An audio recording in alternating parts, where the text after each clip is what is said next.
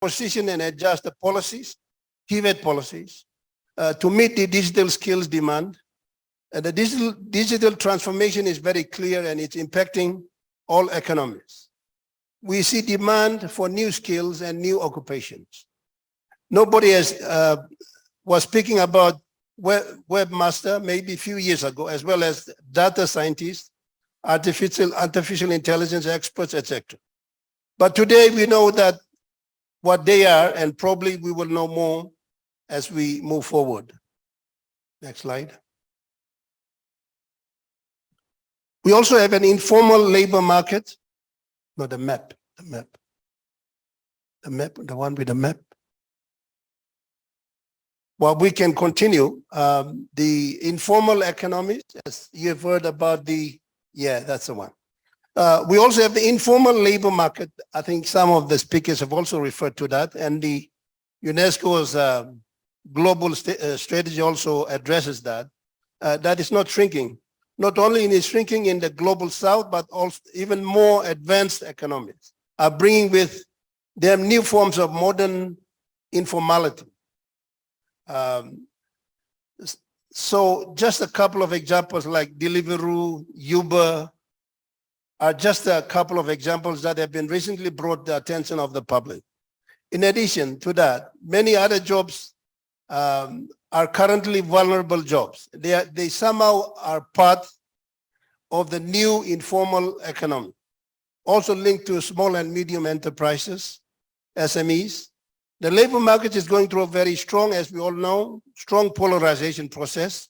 Yes, high-end jobs are required and new qualifications are demanded, such as the green jobs and digital jobs. But we don't have to forget that we still have billions of people who are engaged in non-decent work in informal economy and living in poverty. And it's the role of TVET to address these challenges and a great opportunity for youth to be skilled to find a decent job. Next slide. On top of that, the growth projections, as you can see in this graph, the bad news that we have is sluggish economic prospects that we currently see globally and do not make our life easier. The forecast of IMF, International Monetary Fund, shows that we are far from recovering fast and well. And I think it's the same situation also in Mongolia as well. So it's very important that we take this into account in our analysis, in the way we address the challenges and the skills demand. We need to bear in mind that the different economies will respond in different ways going forward.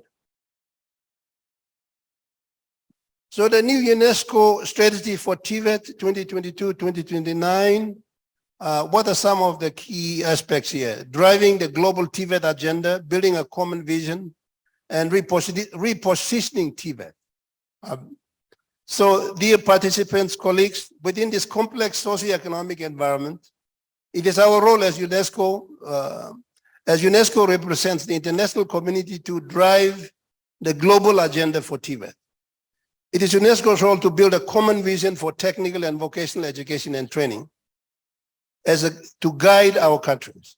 It is our role to reposition TVET in the education landscape in order to give it a central role in the development and recovery process and transformation of TVET aligned with the needs of labor market. That has been emphasized many times by our speakers. And this is because we do believe that equipping the youth, the adult women and girls and men and right skills can offer them the possibility to find a better job, but also to achieve a more decent lives. Next slide. As our director of lifelong learning and skills has highlighted, the UNESCO's 3 proposed strategic priorities that can also be aligned with national policies and strategies on TVET in every country. So you can see very clearly the developing skills for individuals to learn, work, and live is the #1 pillar of the UNESCO's global strategy. The second, developing skills for inclusive and sustainable economics. That's the second pillar of the UNESCO's global strategy on TVET. The third pillar is developing skills for inclusive and peaceful societies. And that is why our first main line of action about individuals and how we can support each other, everybody through TVET. The first pillar is about how we can support member countries in equipping individuals, young people with the right skills for them to be able to learn, work, and live. It is about promoting learning journey that everybody can take. It's the opportunity for recognizing non-formal, informal skills. It's the opportunity of offering different types of certificates, and it's an opportunity to give every individual an opportunity to engaging in life, learning and work. So that's the emphasis of the three key pillars of the UNESCO's global TVET strategy. So what are some of the cross-cutting interventions or four levers? Here we have the national, regional, and global policy learning. The second issue is on data collection, research, and analysis.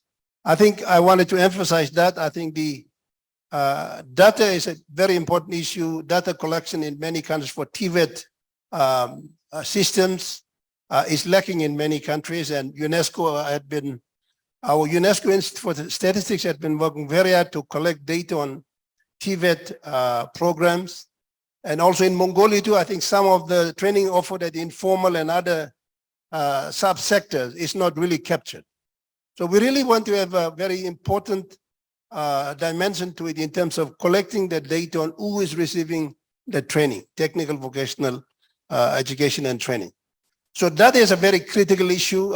We want all the governments to address that so that the policymakers would have that very good, important piece of information for policy making and other decision-making processes.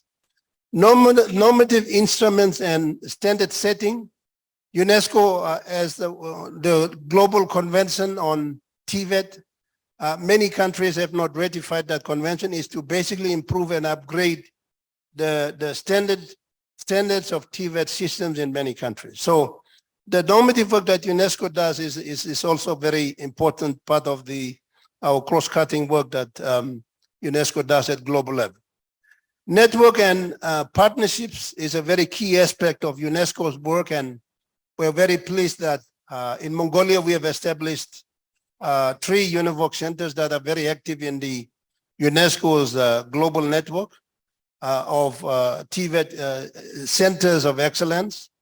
In our UNESCO operational structure for knowledge network on UNEVOK, we have a regional coordinator. Krivet is here. Dai will present something about the work done at the East and Southeast Asia region on coordinating all the UNEVOK centers that are playing a very critical role in skills development. Next slide, please. So what are some of the axes of action and types of interventions that are addressed in the UNESCO Global Strategy on TVET? I don't want to go into the details, but just to say that in this part, the work we would like to see how we can proactively look at the changes in the labor market, how we can proactively equip youth and adults through skilling and reskilling and upskilling. I think I want to re-emphasize that again. Skilling, reskilling, and upskilling. Some of the graduates of TVET, once they enter a labor force or workforce, they are not retrained again. The TVET institutions, they forget them. So we need to look at, that is where UNESCO promotes the concept of lifelong learning. We have to reskill and upskill them throughout the entire lifespan, lifelong learning. So lifelong learning also had to be integrated in the TVET system as well, very strongly.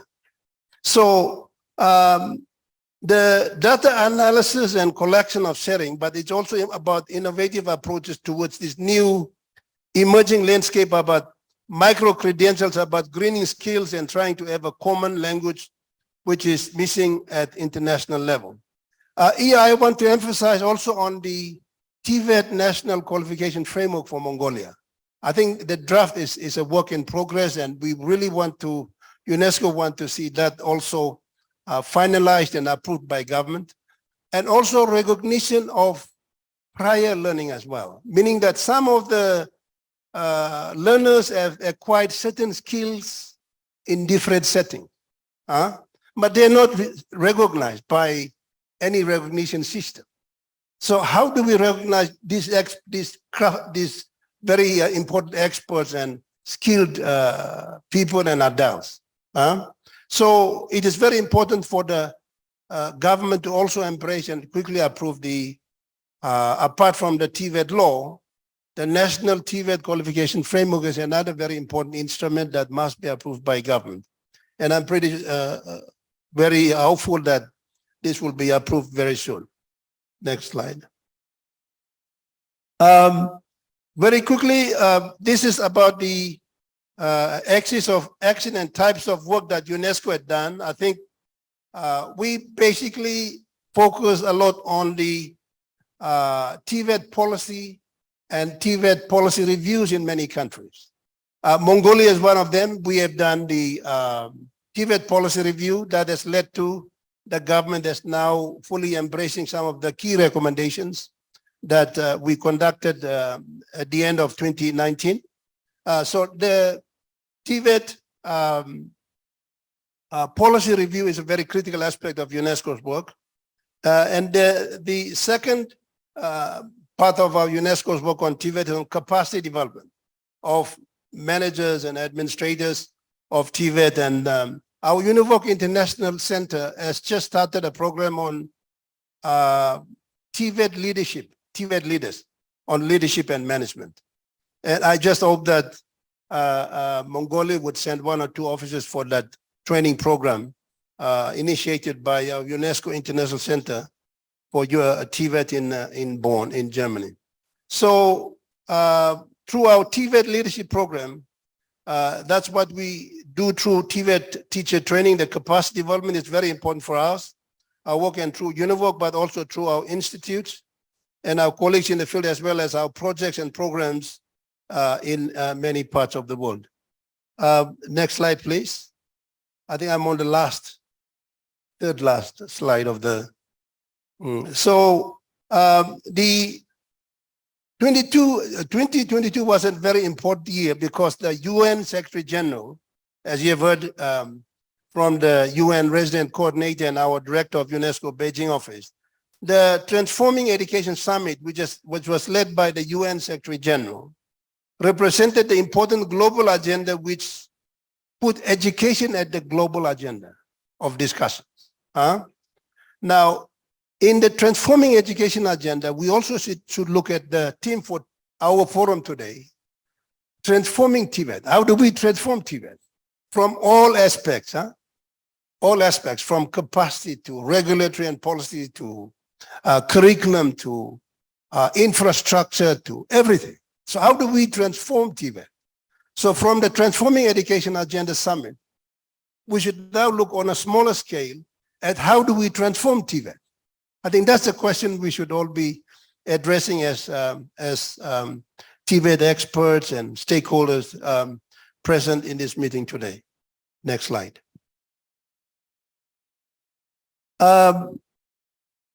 Here we are setting some ambitious targets, but I think we can skip that.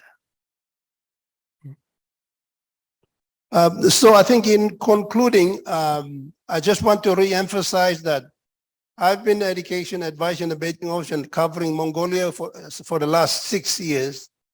And we have been pushing very hard for the TVET law. And I think we are very happy to hear that there's light at the end of the tunnel and the government will eventually approve the TVET law, which is very important. Because one of the very strategic recommendations UNESCO gives to governments is that they must have what they call quality and credible TVET policies and laws. That's very fundamental. And we're very pleased that Mongolia would embark on that.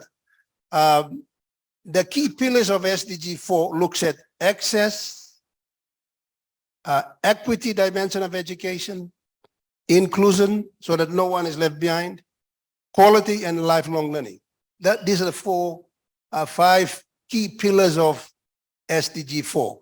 If you look at from the TVET angle, we still have challenges with girls and women participation in TVET, what we call the access issue. So I think this we need to also address in our policy strategy documents for TVET in Mongolia.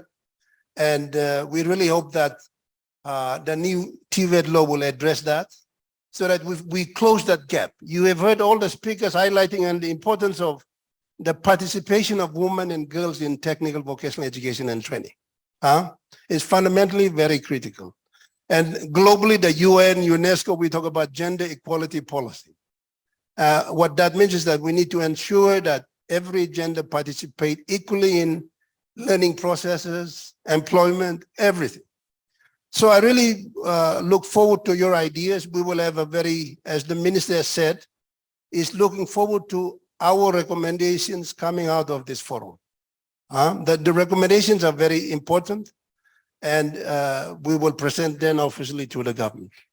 Thank you very much for listening.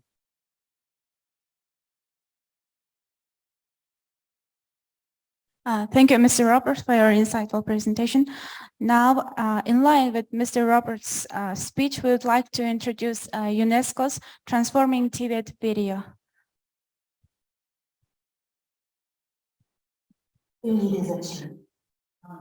And tools to transform the world.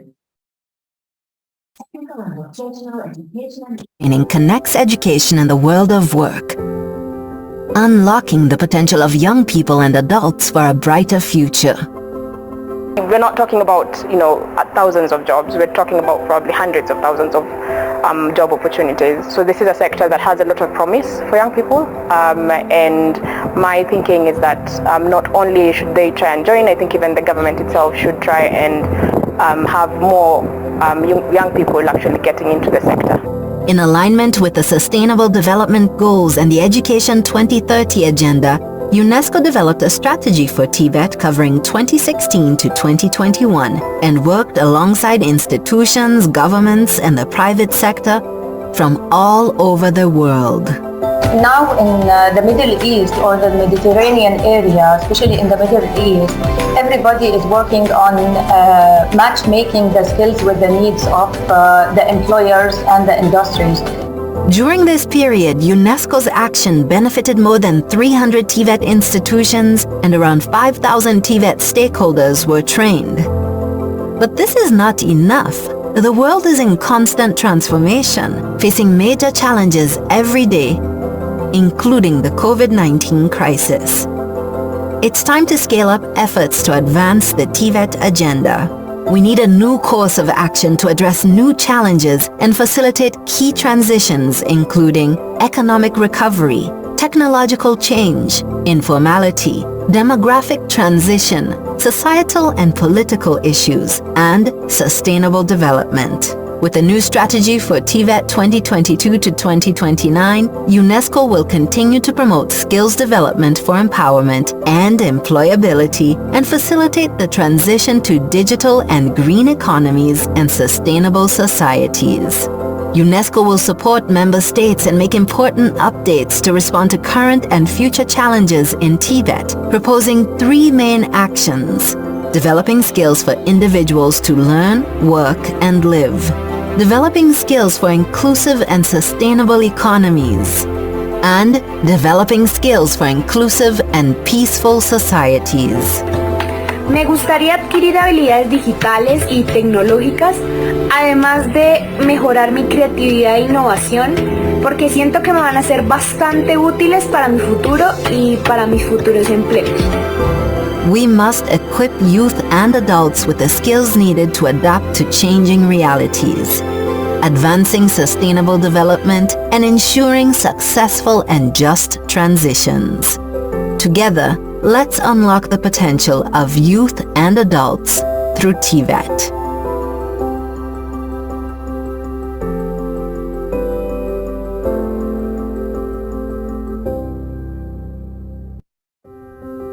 Sometimes all you need is a chance. Thank you. Next, I invite Professor George Buttle, Director of University of Bremen, advisor to GIZ TVET Mongolia, with the presentation Future Focus TVET. Good morning, ladies and gentlemen, distinguished guests. First of all, I will thank you, the organizers of this meeting, to inviting me. This brought me for a second time to Mongolia. With other words, it means I'm not an expert of your country. I'm not an expert of your TVET system up to now. And my speech will have more an outside point of view. The title of my speech, maybe it's a simple issue like new batteries are needed.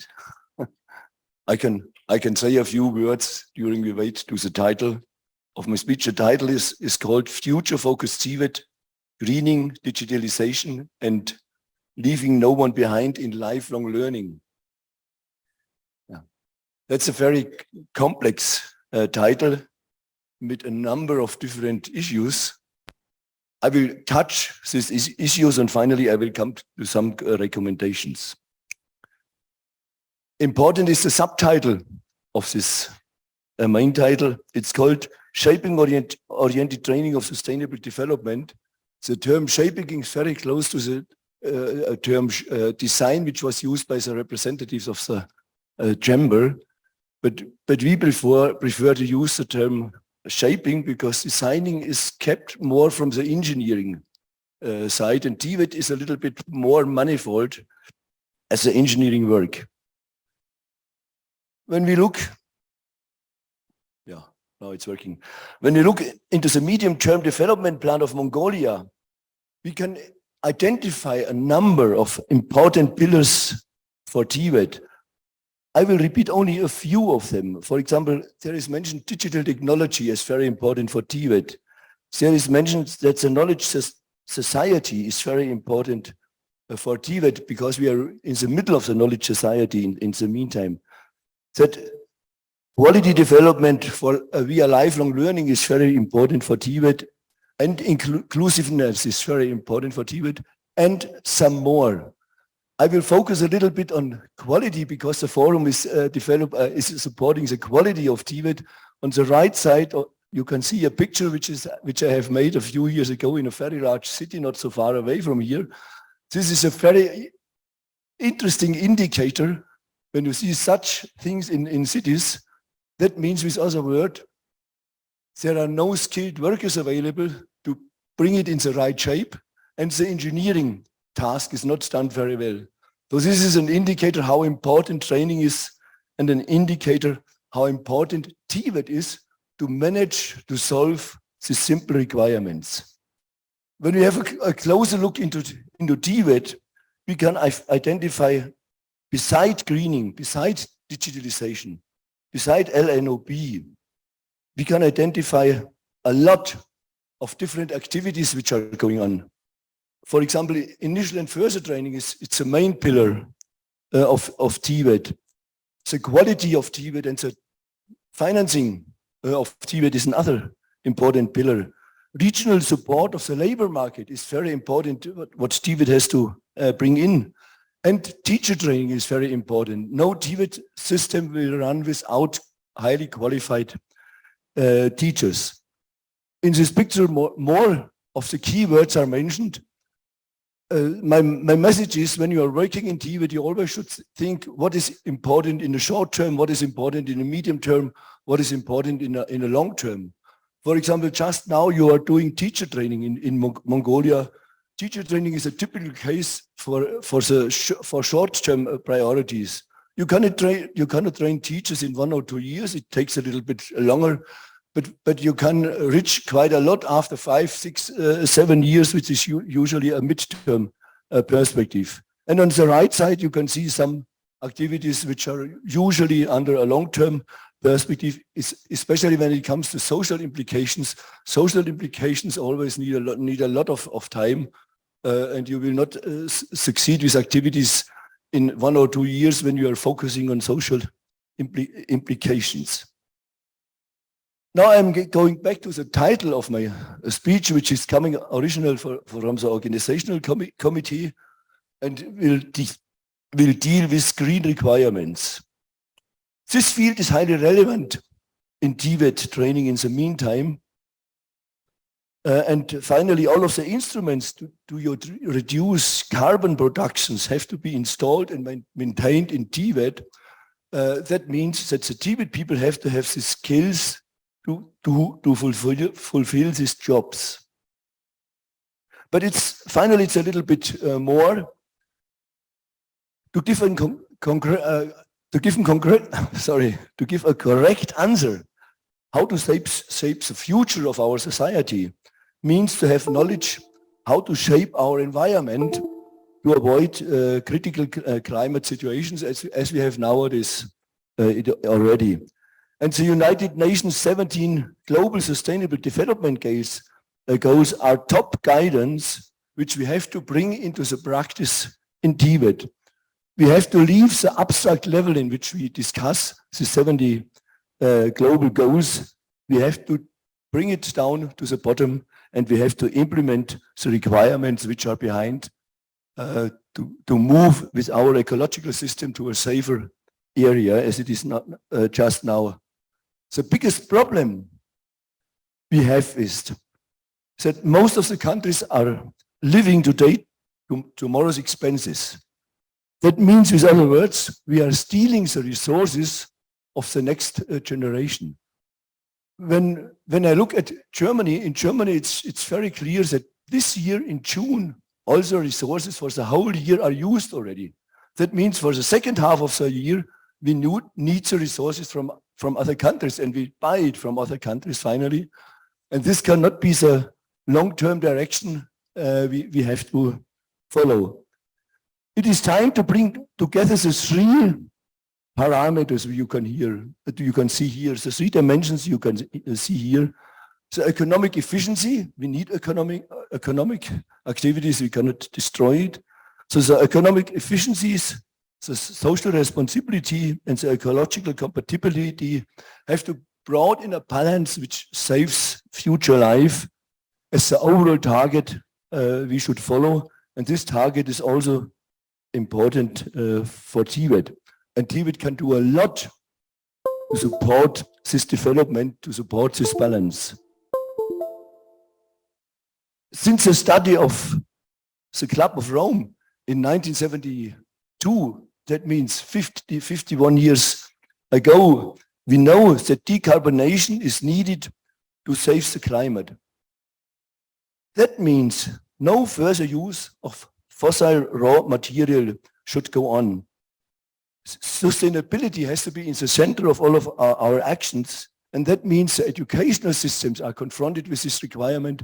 That means the TVET system is confronted with this requirement.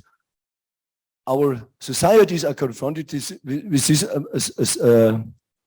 requirements. That means we have to put in the focus of all what we do, the human life, and to bring human life and to support human life in an ecological way.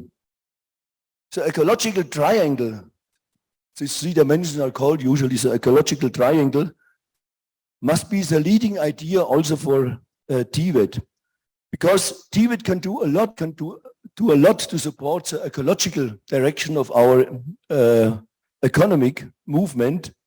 For example, skilled work has a lot of impact in using environmental friendly material. In building houses, the decision is always open which material is used, and competent TVET people can make recommendation which material should be used under ecological aspect. Or to support recycling processes, which are very important nowadays. For this, TVET people are playing an important role, not only in sorting the material, also in building up a machinery which are in the position to do the recycling process. When you look into the recycling companies, you can identify TVET people who have the competencies to build up the machinery they need. That's not always engineers which are doing this job. Also, implementation of smart houses offers a lot of opportunities for TVET people, if they are trained for this, to move towards ecological requirement. Or repairing of machines, for example, highly qualified TVET people have the capabilities to repair machines and not to throw it away and to buy a new one. I'm coming to the second pillar of my speech, that's the digitalization. I'm sure you are aware of the discussion which is going on just the last 6-7 years. And one of the main directions of this discussion, and this direction was supported by our ILO study of 2016. It has said that, for example, in the most of the Asian countries, about 80% of the workplaces will get lost because of digitalization. But we know in the meantime that this is not the truth. And nowadays, the discussion is not going on anymore in this direction, because we have more workplaces available as in the past, even beside digitalization. The new direction of the discussion, and there is worldwide consensus, that around 60% of all the workplaces available worldwide will be confronted with digitalization. That means they will change and new requirements will be established. And that means, with other words, we have to train TVET people for this 60% of the workplaces which will require new skills, new competencies. The question is, how should be the answer? What might be the right direction? Under this aspect, we have developed 3 scenarios which might help to guide us for the next steps. One scenario is the so-called technology scenario. And the technology scenario means to make unlimited use of digitalization for automation and to automate all of the workplaces. That means, with other words, that there are a lot of limits for skilled workers available if the workplaces are automized on the one side, and that sustainability is far away from as it should be.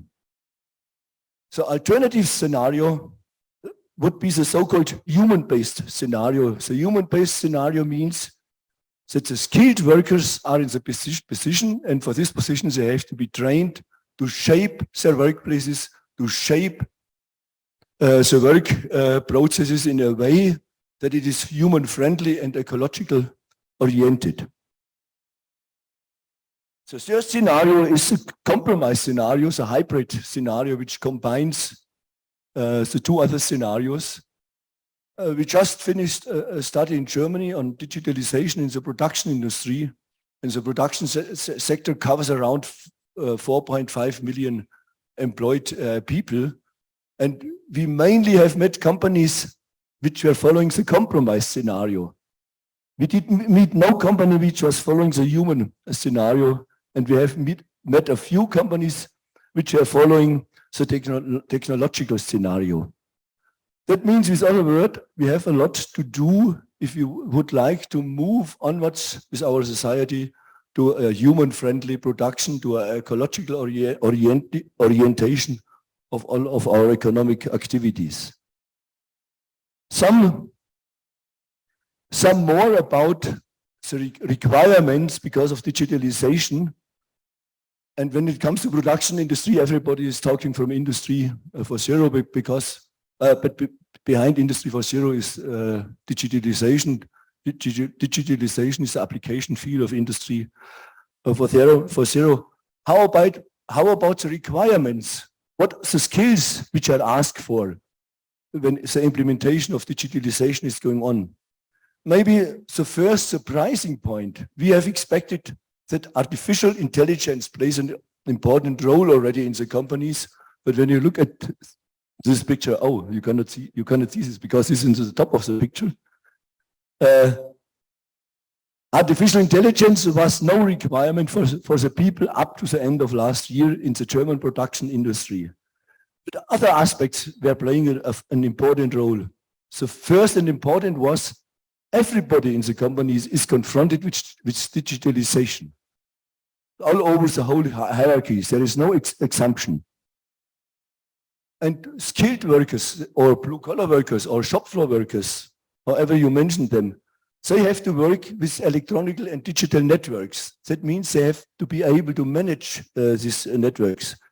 They are confronted with remote maintenance, which requires a lot of flexibility for them. They are participating on the digital-based modernization of the plants of the companies, and they have to do really important jobs as blue-collar workers in this. They have to monitor the processes and they have to operate the machinery which is available in the companies. They have to visualize the processes, which is a 100% application field of digitalization. They have to shape the human-machine interface, which is very important. And when skilled workers are trained in the right way, they can shape it in a way that they can make use of this interface finally.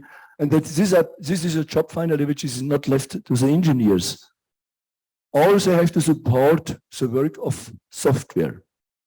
I'm coming back to this orientation of the requirements in the production field in a few minutes. But first I will show you the main changes which were going on with a very pragmatic statement. Skilled workers have to be able to implement robotics, to program robotics, to work with robotics. This is not a job for engineers anymore. It's very important nowadays. In this case, I have to underpin it. That's the German perspective. It's very important nowadays that skilled workers are able to manage to work in mechatronic plants, to operate mechatronic machinery.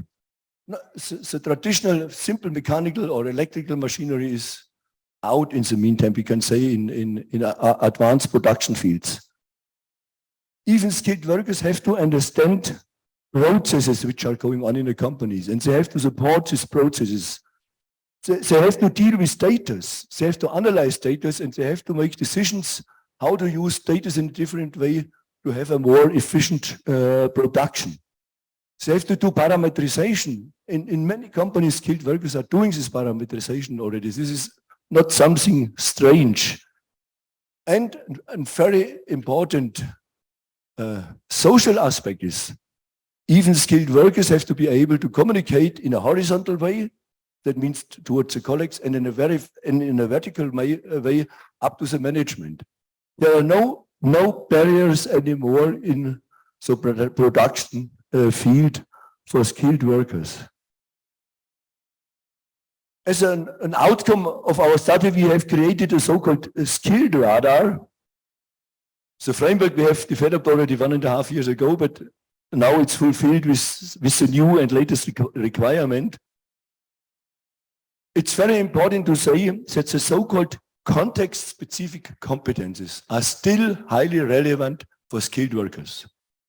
It's also important to say that new broad competences are necessary besides the context-related skills. And there are abstract competences necessary. You might call these abstract competences 21st century skills. The 21st century skills in the context of the world who is doing TVET is nothing new. Already in the 70s, that means already 50 years ago, it was clear that problem solving, creativity, innovation competences is important even for TVET. When it comes to digitalization, it's even more important as in the past. Maybe a few keywords to the context-specific competences. Optimization of the work on workplaces or optimization of the processes of plants. In these activities, skilled workers are implemented even if they are monitored by engineers. But when plants are running after a few months, the engineers are going out of these plants and all is up to the skilled workers to keep these plants running. They have to take over the responsibility that the plants are running for 24 hours without the help of the engineers. You can, when you visit companies who are moving in this direction, you can see this. This is already a reality. Or another keyword when it comes to new and broad competencies. Skilled workers have to have the innovative competence. That means they have to be in the position to create new things, to come in with new ideas, to make recommendations how to optimize processes. Just 2 years ago, I was participating in a general assembly for Mercedes, and there were premium prizes handed over to the people.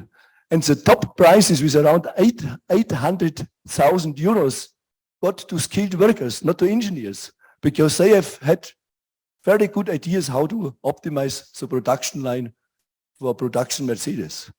So not the engineers have got the big money in this case, skilled workers have got it. A summary of the latest study of the World Economic Forum. It was published just I think 4 weeks ago. What is the outcome of these studies? And you will see it's a confirmation of what I have said. Technology will still be a driver in the future. Technology combined with digitalization will remain a key driver for the business transformation. Broader application of environmental, social, and governance standards will play an important role in the future. Job creation, for example, because of investment in environmental issues or investment in digitalization, this will guide us to more jobs and not to less jobs, as it is discussed many times. So with other words, investment in green technology finally counts for the companies. Another area which I have mentioned already, big data, cloud computing, and the world economics, and also artificial intelligence will be the main driver of the production and technology world of the future. And for TVET, very important is a statement that more than 75% of companies are looking to adapt digital platforms. That means, with other words, we have to prepare each person in the TVET center to work within digital platforms. Organizations today estimate that 34% of all the business-related tasks are performed by machines. This brings us back to the scenarios. The expectation nowadays is not that 100% of the machinery will be automated, a maximum of 1/3. And coming from my point of view, this might be realistic. But the last topic is interesting when it comes to the question of job losses. The expectation of this survey is that in the future, much more job will get lost in the administration, in the bureaucracy. Bookkeeping will be automated. And maybe you have made already some experience with your money transfers, and then you have got support from outside which you didn't expect because it was already an automated machinery with which you were working. I'm coming to some recommendations. We are confronted with a paradigm change, and this paradigm change will going on, and digitalization and climate change will play an important role in this action. The question is how TVET should react, what TVET can do to support these changes, because we cannot stop these changes. The changes are running already. The first and important message from my side and my colleagues, we have to prepare the TVET people for the greening world, and we have to prepare them to think from the software side in all the operations they are doing, not from the classical mechanical machinery anymore. They have to have a certain understanding of the use of software and what they can do with the software. Even the latest cars in the meantime are software monitored, and everybody is confronted with operating with the software. That means green requirements working with software has to be in the center of TVET. And another very important point is that even TVET people have to be supported to understand processes which are going on in companies. And they have to monitor processes, and they have to have the capability to shape the processes. And they have to work in network structures. And to support sustainability belongs always to this area. A few other important parameters are the innovation potential of skilled workers is very important, and we have to support it. We have to support the development process. The shaping processes, which is close to the design requirements, which were mentioned by the chamber representatives, the shaping competencies have to be developed. These competencies can be developed. And the shaping of interaction between man and machine has to be supported, and that means also to develop shaping competencies. So this is an overall view concerning the competencies we should support in the TVET system to make it much more concrete. And I'm coming in with another example. Sorry, I was a little bit slow with slide operating. This picture shows occupations in a company. In this case, it is a German company. On the left side are the official German names of the occupations. In the middle, you can see non-academic occupations or job profiles. And on the right side, you can see academic job profiles. When you visit a company in your country, I'm sure you also can identify a lot of different job profiles. What we have to do under the aspect of greening and under the aspect of digitalization, we have to start to analyze these job profiles under the question, where are fields where greening competencies and digital competencies can be implemented. This is under discussion already since some years, but nobody really has started to reshape these occupations or to reshape the curricula for the initial training. It's the same as digitalization. We know in the meantime the requirements of digitalization. We know all what's relevant around digitalization. And here are also key points mentioned which are relevant within digitalization. We have to bring these key points into the curricula, into the occupational profiles. This is I always say this is a handicraft job.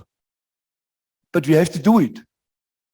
We have to start to do it because this would create a very good platform for the TVET system to take care of this competency development process which is necessary. I didn't focus up to now to the topic, leave no one behind, but I will give a recommendation.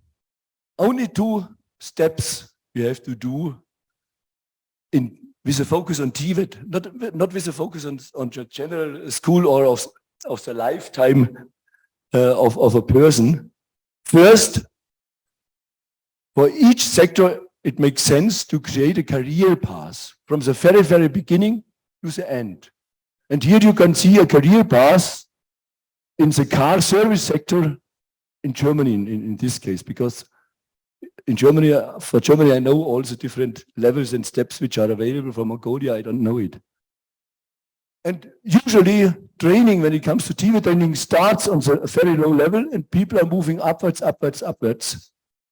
And when you would like to support the people, when you would like to know what's happening with these people during this whole education process, you need a statistic where you can identify each person and where you can identify whether a person stops, for example, with participating on training. And if a person is stopping with participating, then you can catch this person and you can guide this person, you can support this person.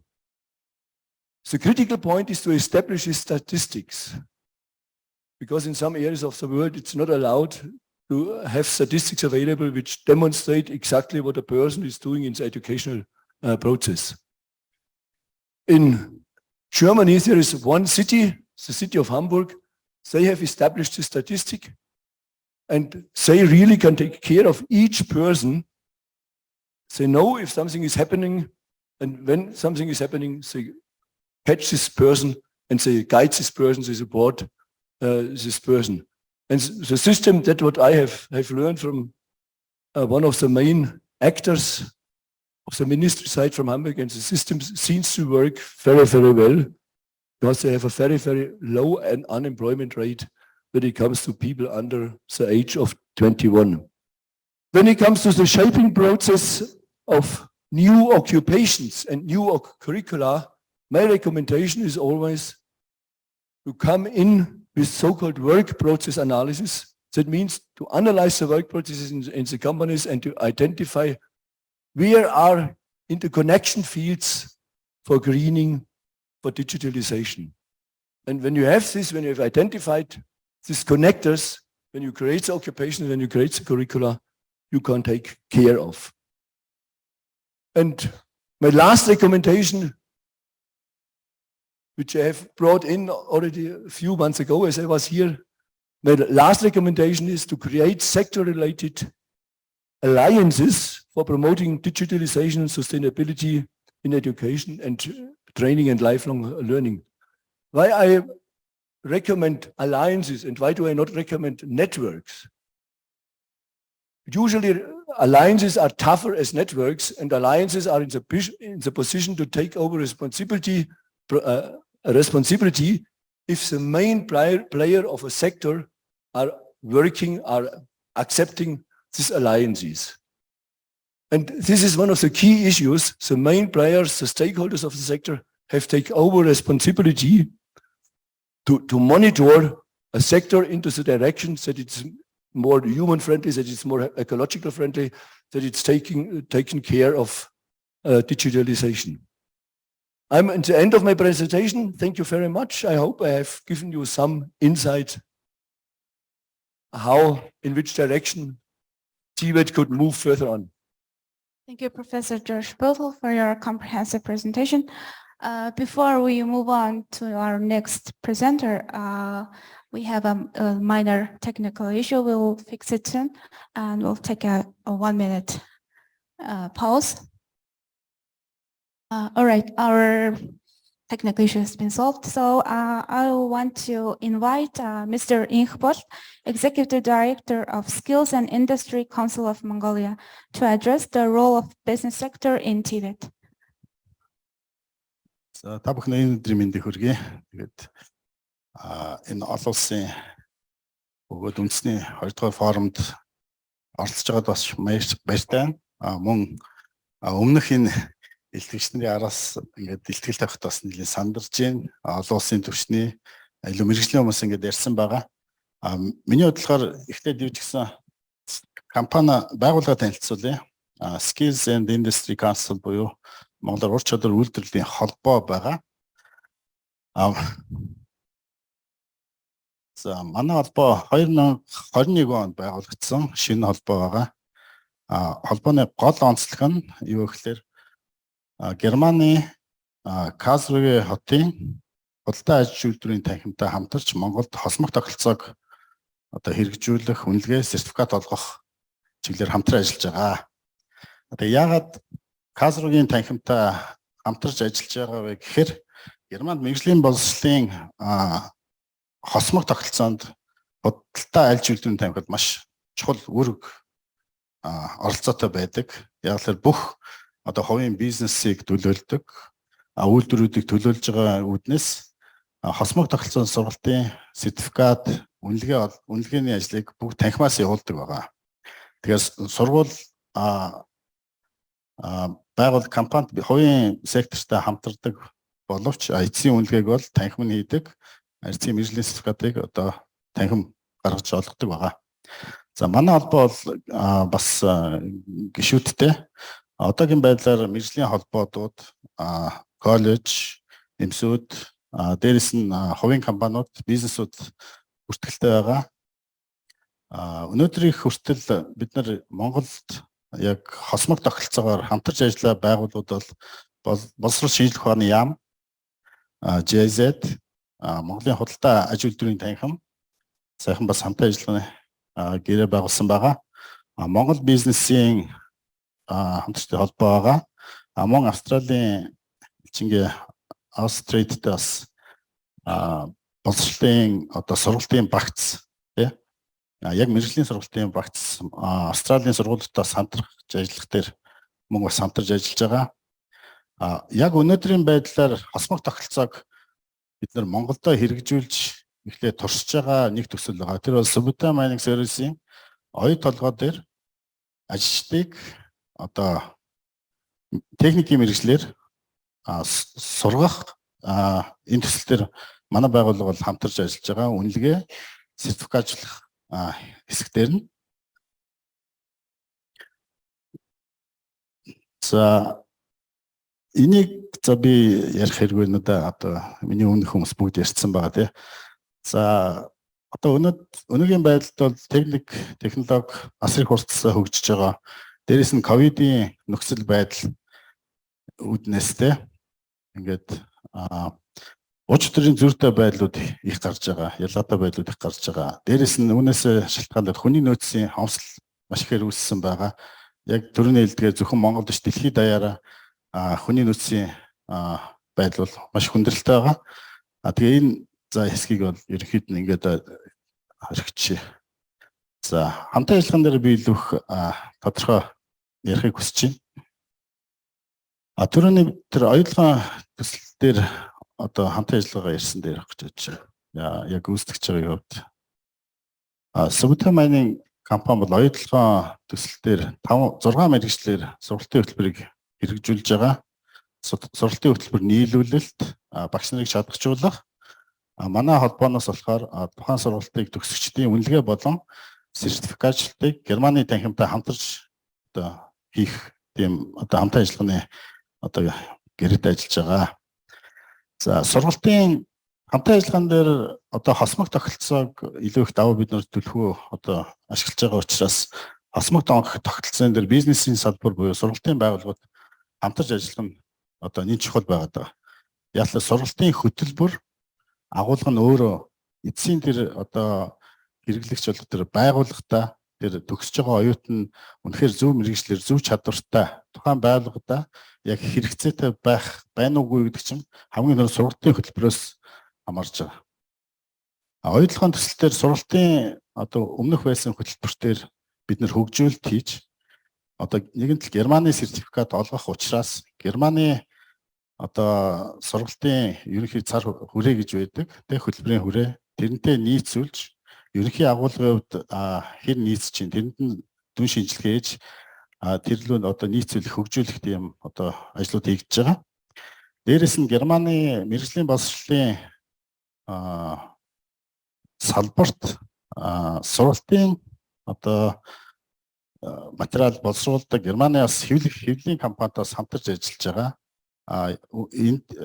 Тэр хэвлэлийн компани ямар түвшинд хамтарч ажиллаж байгаа гэхээр автомашины мехатроник гэх төрлийн мэргэжил байсан. Тэрний яг ТВ-ийн мэргэжлийн боловсролын сурах бичгийг бид нэр орчуулж оюутлын хөтөлбөрт шинээр автын цахилгаанчин air conditioning technician гэсэн шинэ мэргэжлийг одоо хөтөлбөрийг бий болгож байгаа. Тэн дээр одоо манай байгууллага орчуулгыг хийж байгаа. Мөн техникийн бичээж буюу technical writer-уудыг манайх бас хөгжүүлэлт хийж байгаа. Энэ ямар хэрэгцээтэй одоо мэргэжил эсвэл одоо ажлын байр вэ гэхээр одоо хосмог тогтолцоон дээр аливаа бизнесийн байгууллага үйлдвэрүүд бүгд өөрсдөө боломжтой нь бол дотроо өөрсдийн сургалтын төвтэй байх. Дээрэс нь үйлдвэрийн дадлагжуулагч багш нартай байх. Одоо ийм шаардлагууд гарч ирж байгаа.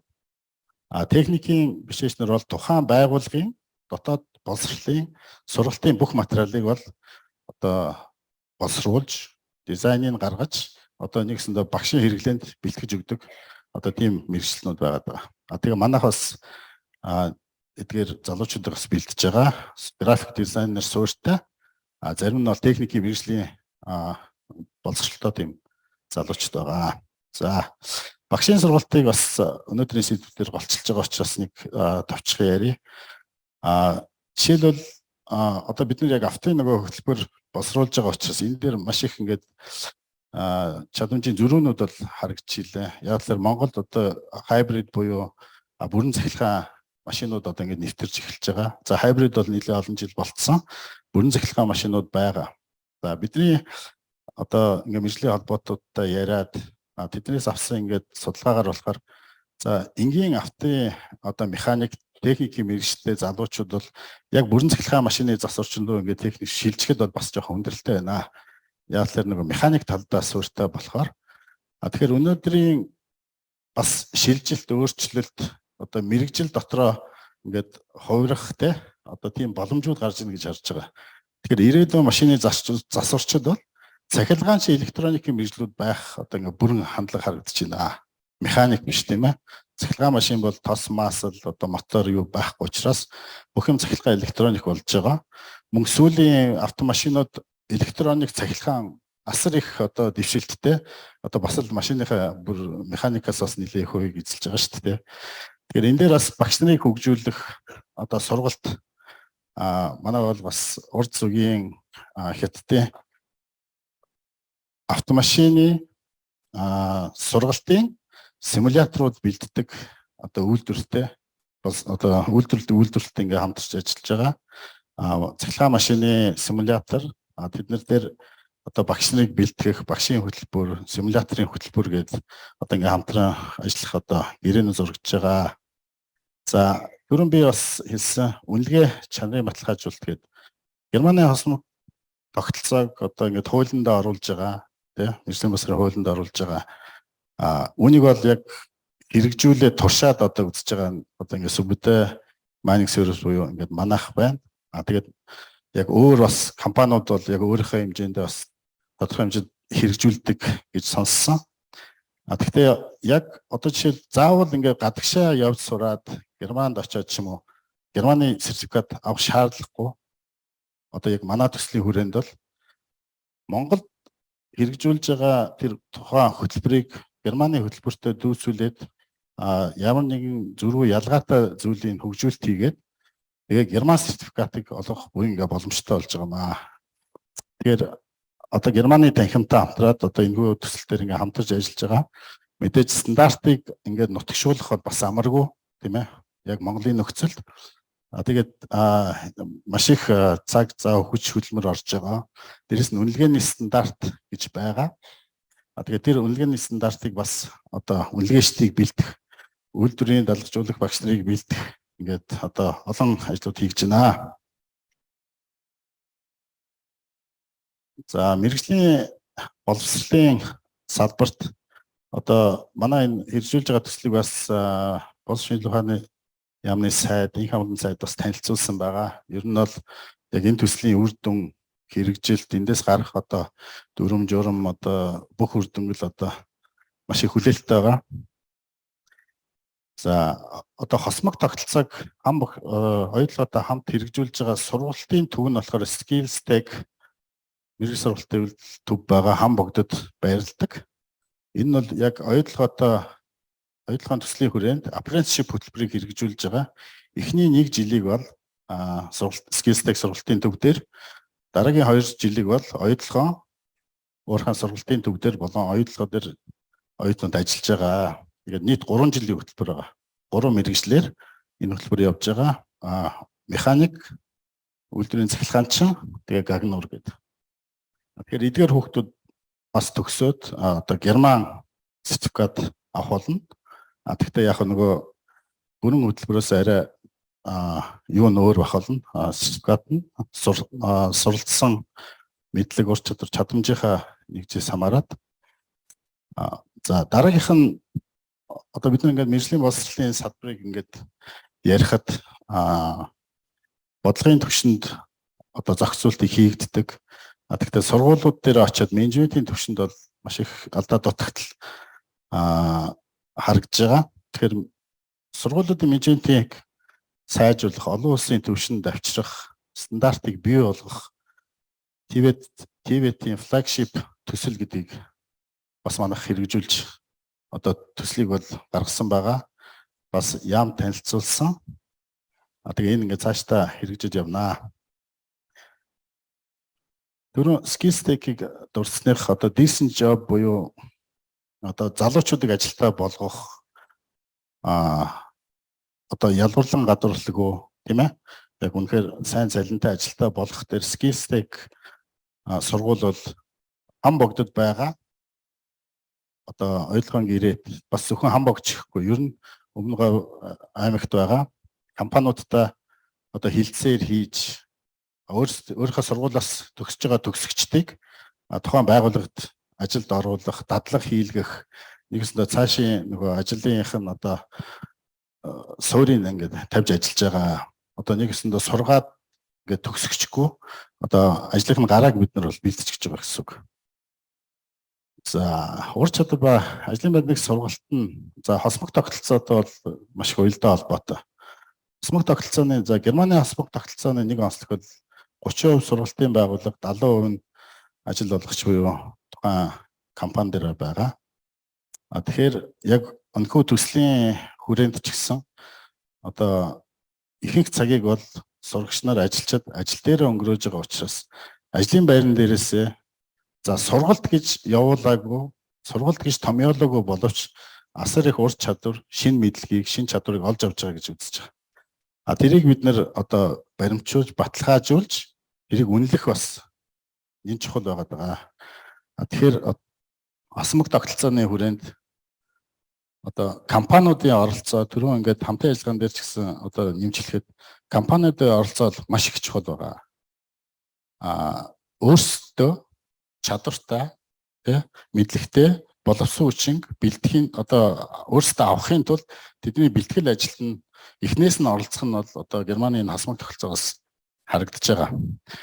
Дээрээс нь одоо тэр тухайн компани дээр хэрэгжилж байгаа техник тоног төхөөрөмж дээр тухайн огт анханасаа суралцахтаа дадлага хийгээ явах нь дараа нь төгсөөд тухайн ажлын байран дээр очиод ажиллахад бол одоо маш их амархан, дассан, мэддэг тоног төхөөрөмж дээр илүү их бүтээмжтэй ажиллаж байгаа нь бол одоо харагдж байгаа. Хосмог тогтолцооны үр дүн нь бол тэр байгаа маа. Тэгэхээр ойлгоон төсөл дээр бид нар бол одоо ажлын байран дээрх сургалт, үнэлгээний одоо ингээд загваруудыг гаргаж байгаа.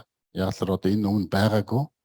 Тэгэхээр яг ажлын байран дээр хийж байгаа ажил, одоо ажлын даалгавар авч байгаа, work order авч байгаа, тэрийг гүйцэтгэж байгаа. Одоо нэгсэндээ бүх ажлын процесс нь ингээд баримттай нотлохоотой байдаг учраас тэрийг дүгнэх, үнэлэх, ямар мэдлэг, ямар ур чадварыг авч байгааг бол тогтооход боломжтой учраас тэднэрээ үнслээд одоо ингээд тухайн одоо загваруудыг хийж байгаа.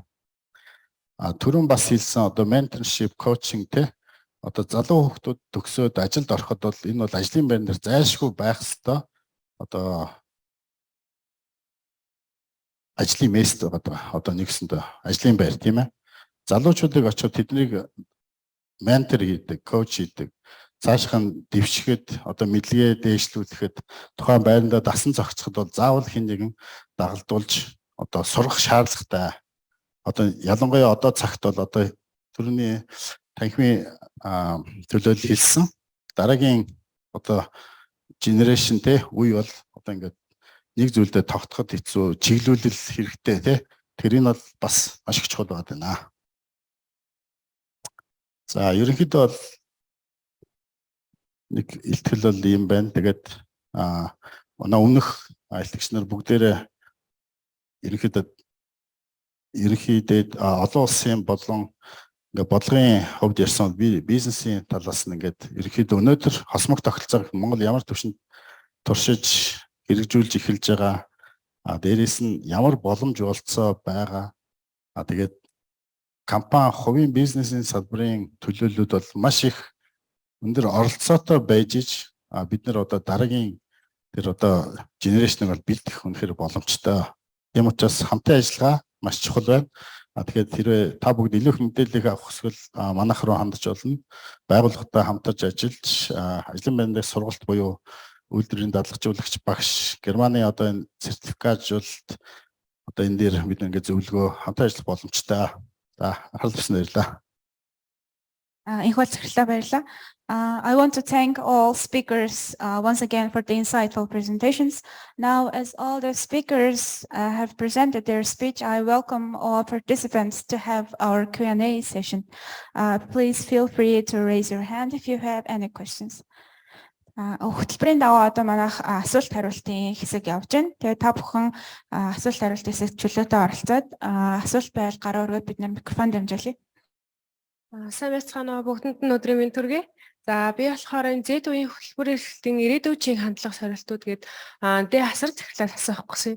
Энэхүү судалгааг одоо Z үеийнх ингээд олон генерашнгуудыг Америкийн судалгаан дээр авч үзсэн байдаг. Энийг Монголтой харьцуулан авч үзсэн болов мөн ирээдүйд одоо Z үеийнх ингээд байгаа тэрнийхээ дараа альфа үеийнх ингээд гарч ирж байгаа тэрнтэй харьцуул судалгаа шинжилгээ хийж харьцуулан судалтын үндсэн дээр гаргаж байгаа болов гэдгийг л асуух гэсэн. За асуусан хамтдаа маш баярлалаа. Харамслан асрал захирал өнөөдөр бас өөр ICT өөр арга хэмжээнд оролцож байгаа болохоор төр гарсан байна. За өөр асуух асуулт байна уу?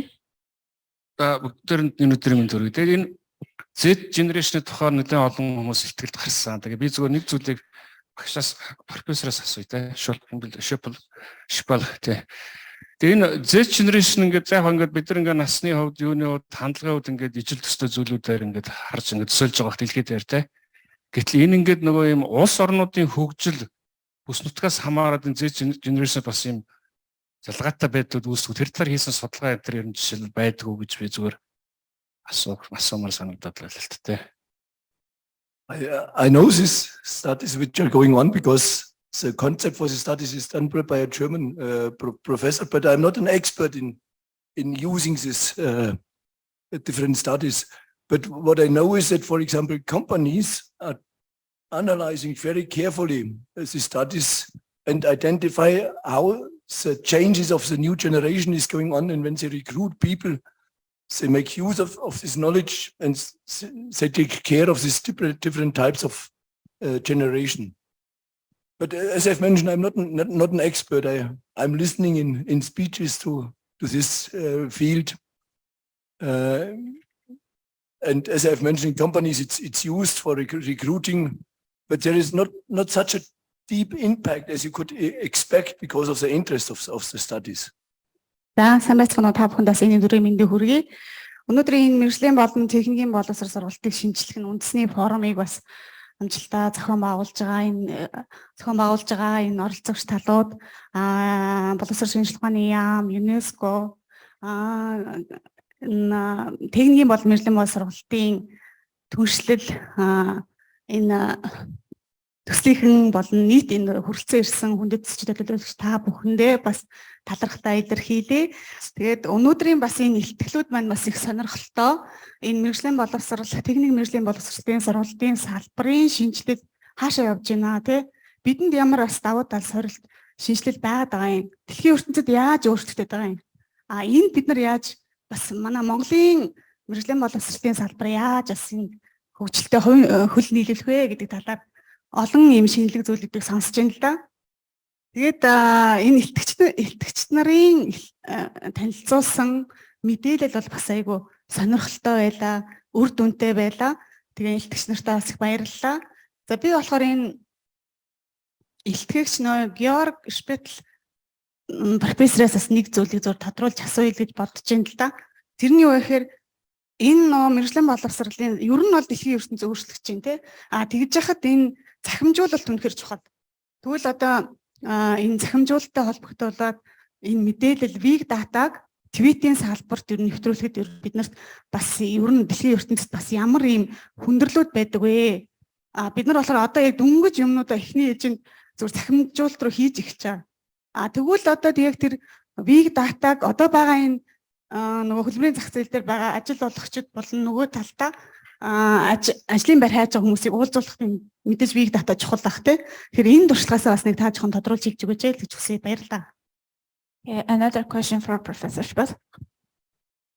When it comes to big data in TVET, and let's take as an example the production field, then that's the data which are needed to operate the machinery. And when you have a look into companies nowadays, they have monitors available where all this data, for example, how is the speed of the machinery, how is the energy use of the machinery, how are the forces in the cutting processes.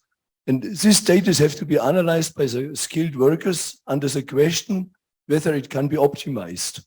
And one of the main directions nowadays in using these data is to save energy, to monitor the machinery in a way that they do a top production by using less energy as in the past, for example. So that's not big data from the social field, which are in many cases much more complex. That's data, and it's called big data, which are from a very practical side in use. And it's not too difficult for the youngsters to learn about this data, because they can see it in the meantime everywhere, every day at the monitor. And a lot of them also develop ideas and competencies how the optimization process can be done. So when it comes to training in companies, because companies are doing training in this, there is no complaint that it's too difficult for the people to learn about this. The complaint is mainly that the youngsters who are coming into the companies have no systematic way up to the start training in companies, that they have no systematic way used or learned in using data. And to bring them, that they have to think very systematic, that they have to use the data very systematic, that is the main requirement. I think that's a very, very good question. One of the work that UNESCO had done for the last 30, 40 years is focused on really transforming the digital transformation of education systems. Many of the countries in Asia and the Pacific, UNESCO has supported the countries to firstly have what is called a ICT in education policy, having a very credible policy framework. Number two, they must have a 5-year master plan for ICT.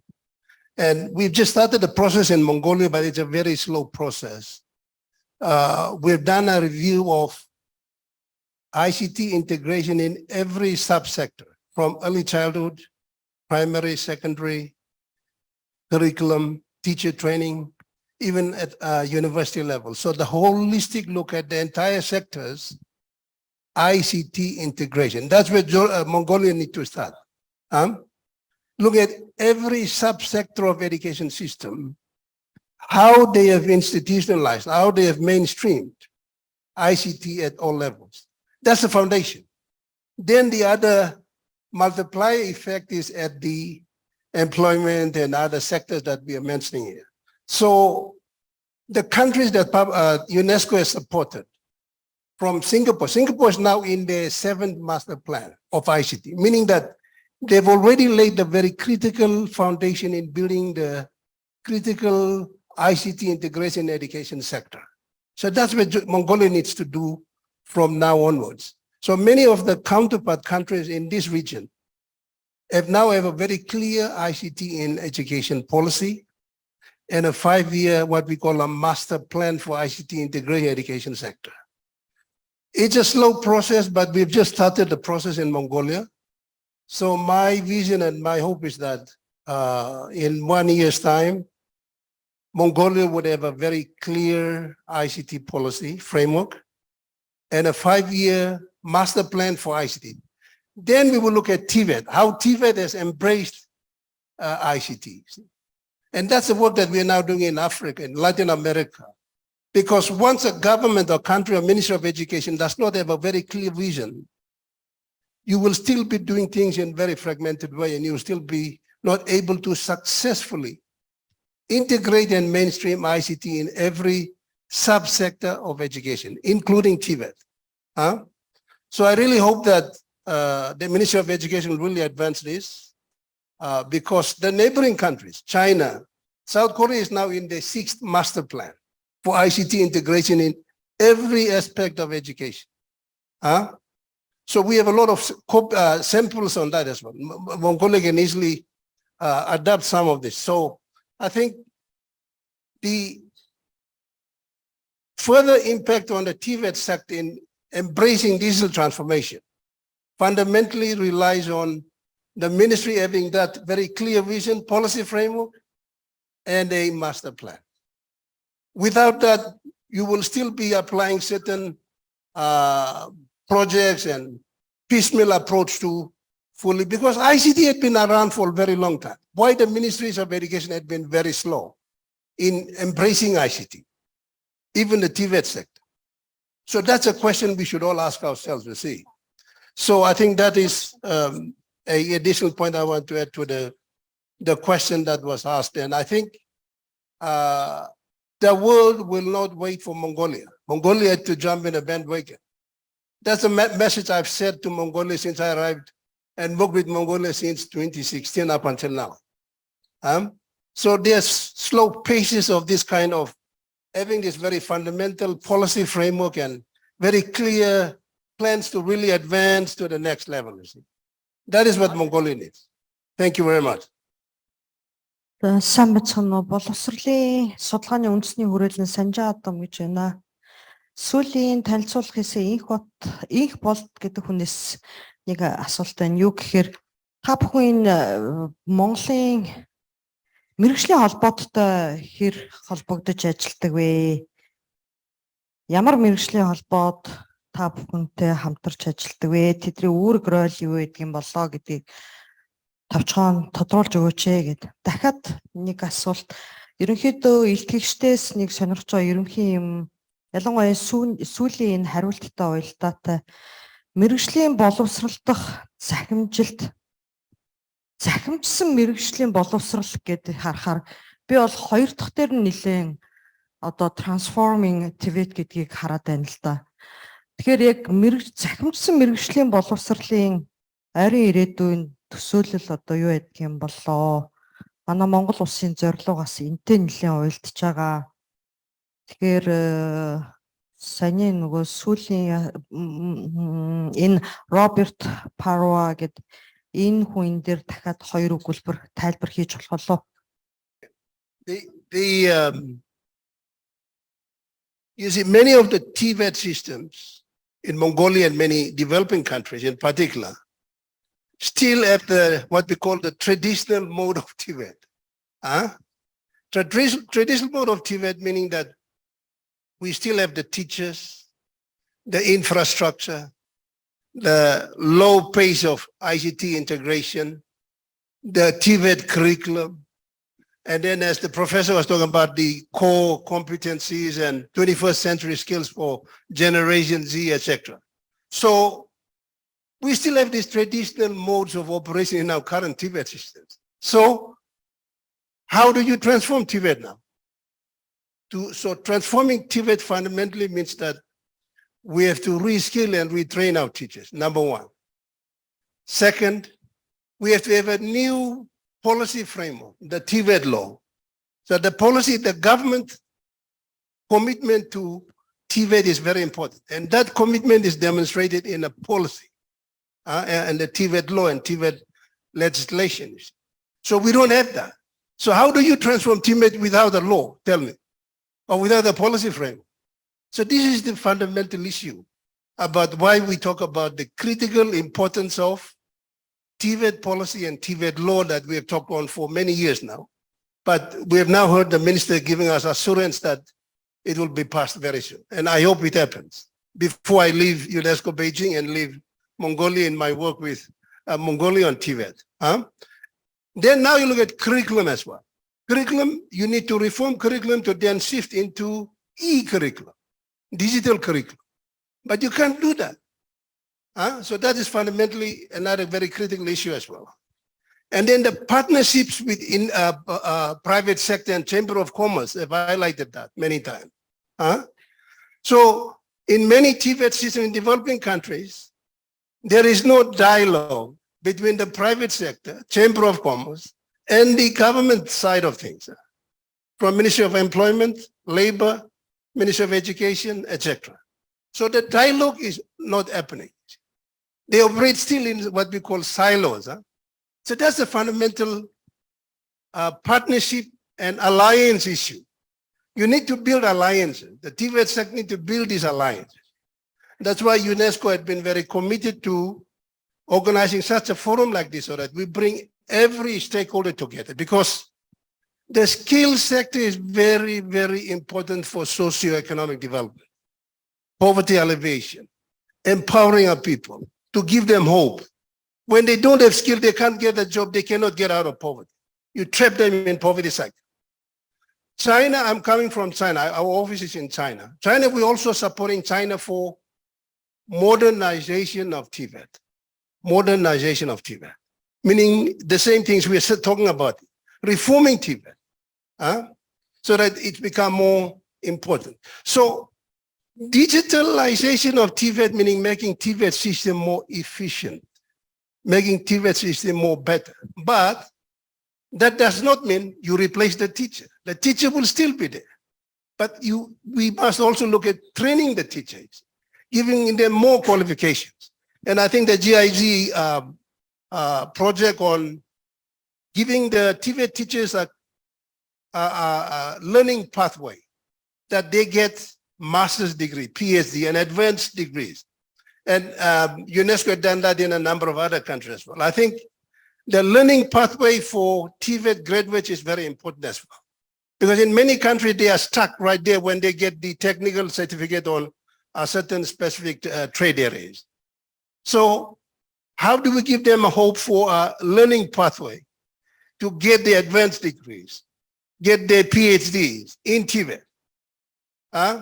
So I think digitalization will come when the sector itself has reformed. Because now you have not reformed the sector, so how do you embrace digitally the sector? Because we are still in what we call traditional modern approaches of Tibet. The Germans can clearly tell you that when they visit your center. Because they can already see the gaps and the kind of reform and restructuring and digitalization they've done in the German system, the dual system that we have heard this morning. So I think everything starts with all those factors that I'm mentioning. So that's how you can successfully, because I usually talk about ICT. It's just a tool, but it's the person who had to make the system better, you see. The human factor is very critical and very important. Thank you. За түрүүний асуултанд би хариулчих. Манайх яг өнөөдрийн байдлаар хамтран ажиллаж байгаа төслийнхээ хүрээнд яг мэргэжлүүдийнхээ хүрээнд болохоор металл инженерчлэлийн холбоо, цахилгаан автоматик мэдээлэл холбоо, тохиолдлын инженеруудын холбоо, мөн МАДА автодистрибьюторын холбоотой ингээм хамтарч ажиллаж байгаа. Яг нөгөө манад дээр нөгөө хамаатай мэргэжлүүдээр гэсэн үг. Тэгээд мөн бас мэргэжлийн зөвлөхүүд ажиллаж байгаа сургуулиудаас, коллежуудаас тэгэхээр бас яг тухайн мэргэжлүүд дээр л хамтарж байгаа болохоор нөгөө өөр бас сонирхсан холбоотуудаа бид нар бас хамтарч ажиллах сонирхолтой байгаа. Тэгээд манайхаа хэмжүүлнэ. За холбоотын үүрэг гэн юу байгаа юм бэ гэнэ? Нөгөө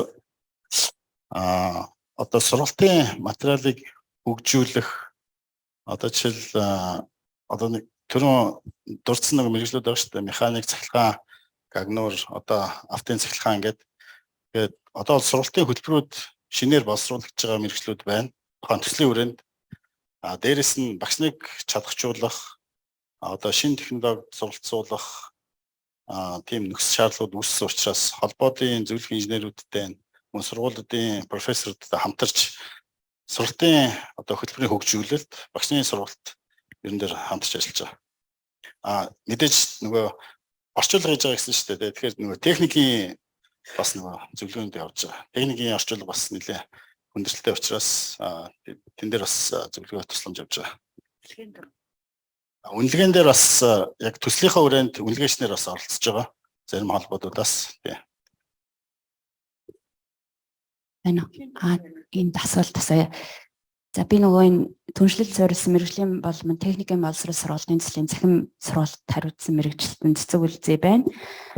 За тэгээд яг тэр нөгөө ЮНЕСКО-гийн хүний хэлснээр боловсролын салбарт одоо боловсрол мэдээллийн технологи гэсэн одоо стратеги гарах гад 5 жилийн мастер төлөвлөгөөний тим нооргийг бол ямар ч гэсэн харсан. За тэгээд энэ ноорог одоо та бүхэнд зөвхөн илтгэгчдээс асуух биш. Бид нар өнөөдөр бас нэг санал зөвлөмж гаргах гэж байгаа учраас энэ форумаас тэгэхээр тухайн одоо 5 жилийн дээр мастер төлөвлөгөө жишээлбэл энэ зааланд байгаа хүмүүс ер нь хэр үзэж танилцсан уу? Ер нь хэр өргөн хүрээтэй оролцсон бэ?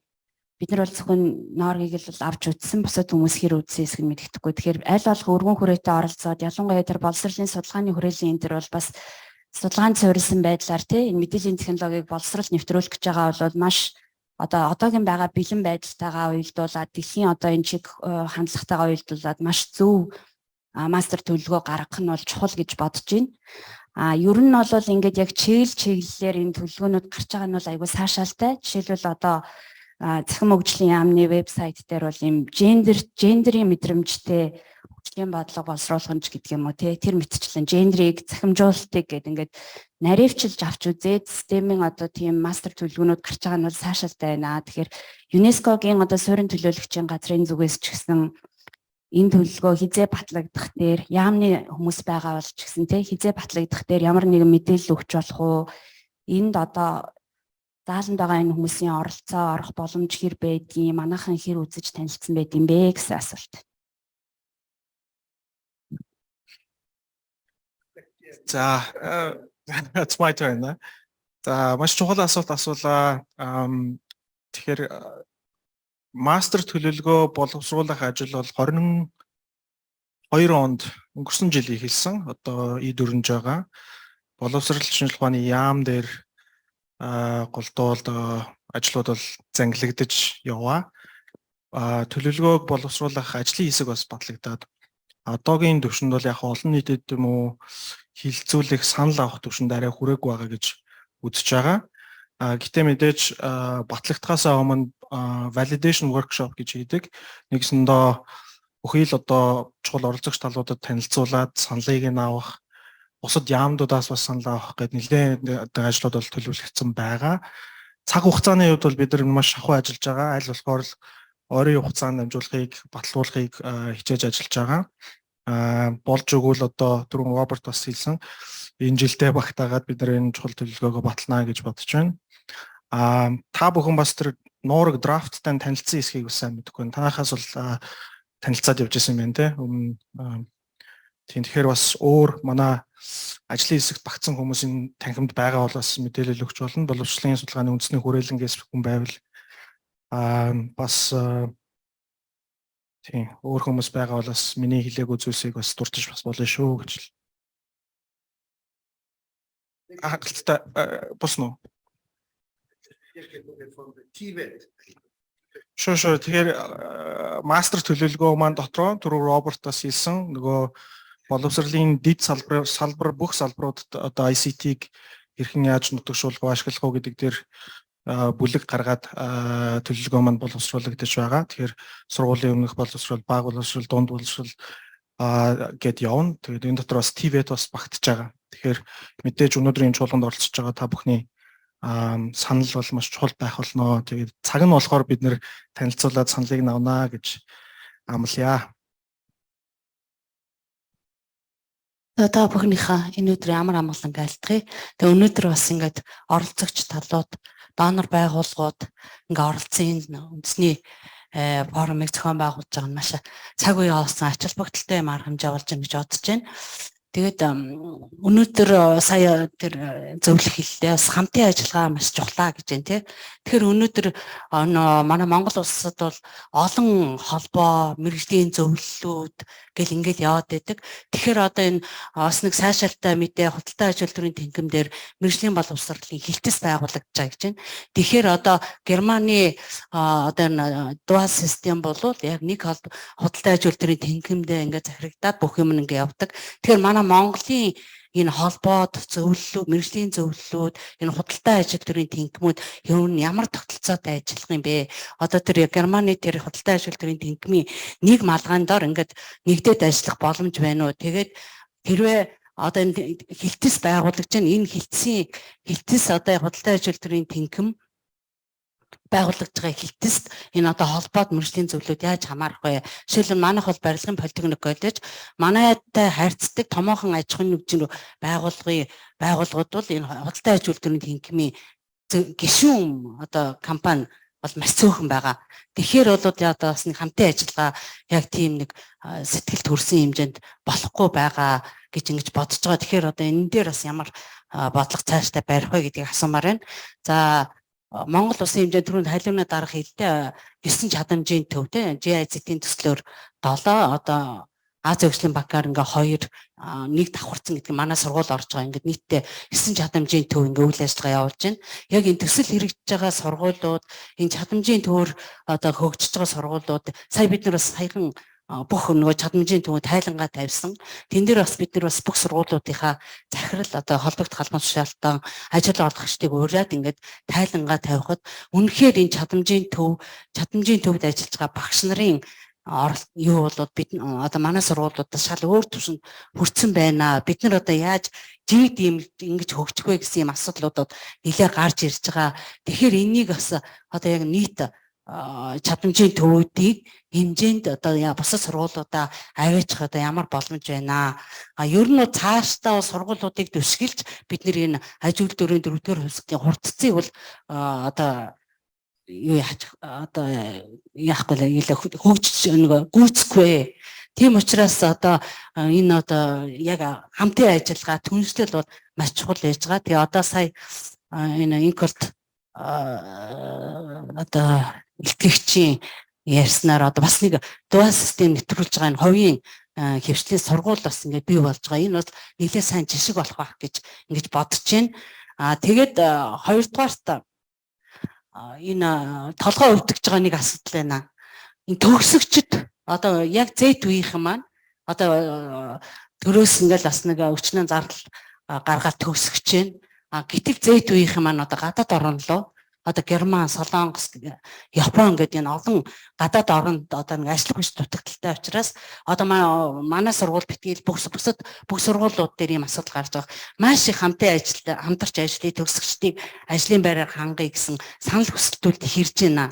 Тэгэхээр одоо нөгөө нэг энэ дотооддоо бид нэг арай гэж нэг түншил хамтан одоо хувийн хвшил сургууль ингээд нэг ойлголцоод хувийн хвшил яг энэ дээр бас анхаарах юмаа гэд яг анхаарал хандуулж байгаа энэ цаг үед одоо нөгөө зэт үеийнхэн маань гадагшаа явахны одоо энэ хүний амьдралын асуудал юм чинь те залин хөлс мөнгө амьдралын баталгаагаа сайжруулахын тулд одоо яваад эхэлж байна. Ер нь бол тэгэхээр энэ дээр бас зөвхөн энд байгаа улсууд биш төр засаг бодлого гаргаж байгаа төвшөнд бас яаж энэ төгсөгчдөө энэ Монгол улстай авч үлдэх вэ гэдэг асуудал нэлээд чухал болоод байгаа. Тэгэхээр энийг бас одоо цаашид энэ одоо донор байгууллагууд, зөвлөх байгууллагууд бас нэг тэр шийдвэр гаргах төвшний хүмүүст бас уламжилж өгч бас нэг бодлого нэгдсэн бодлого гаргахгүй бол одоо гол хүмүүс маань ингээд явчихна. За төгсөөд явж байгаа нь бол зөв байна. Өндөр хөгжилтэй орнуудад одоо мэдлэг ур чадвар, шин технологи эзэмшээд тий гэтэл тэдний хэдэн хувь нь эргэж ирж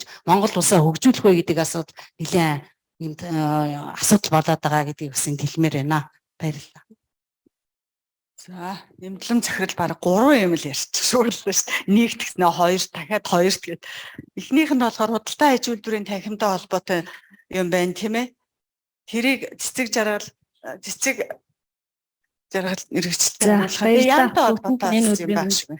Олон улсын борон зохион байгуулж байгаа хамтран ажиллаж байгаа төслүүд болон мэргэжлийн холбоо хүрэлцэн эрт цаг зав гаргаж сууж байгаа салбарын хамт олон судлаачтай энэ өдрийн мэнд төргийа.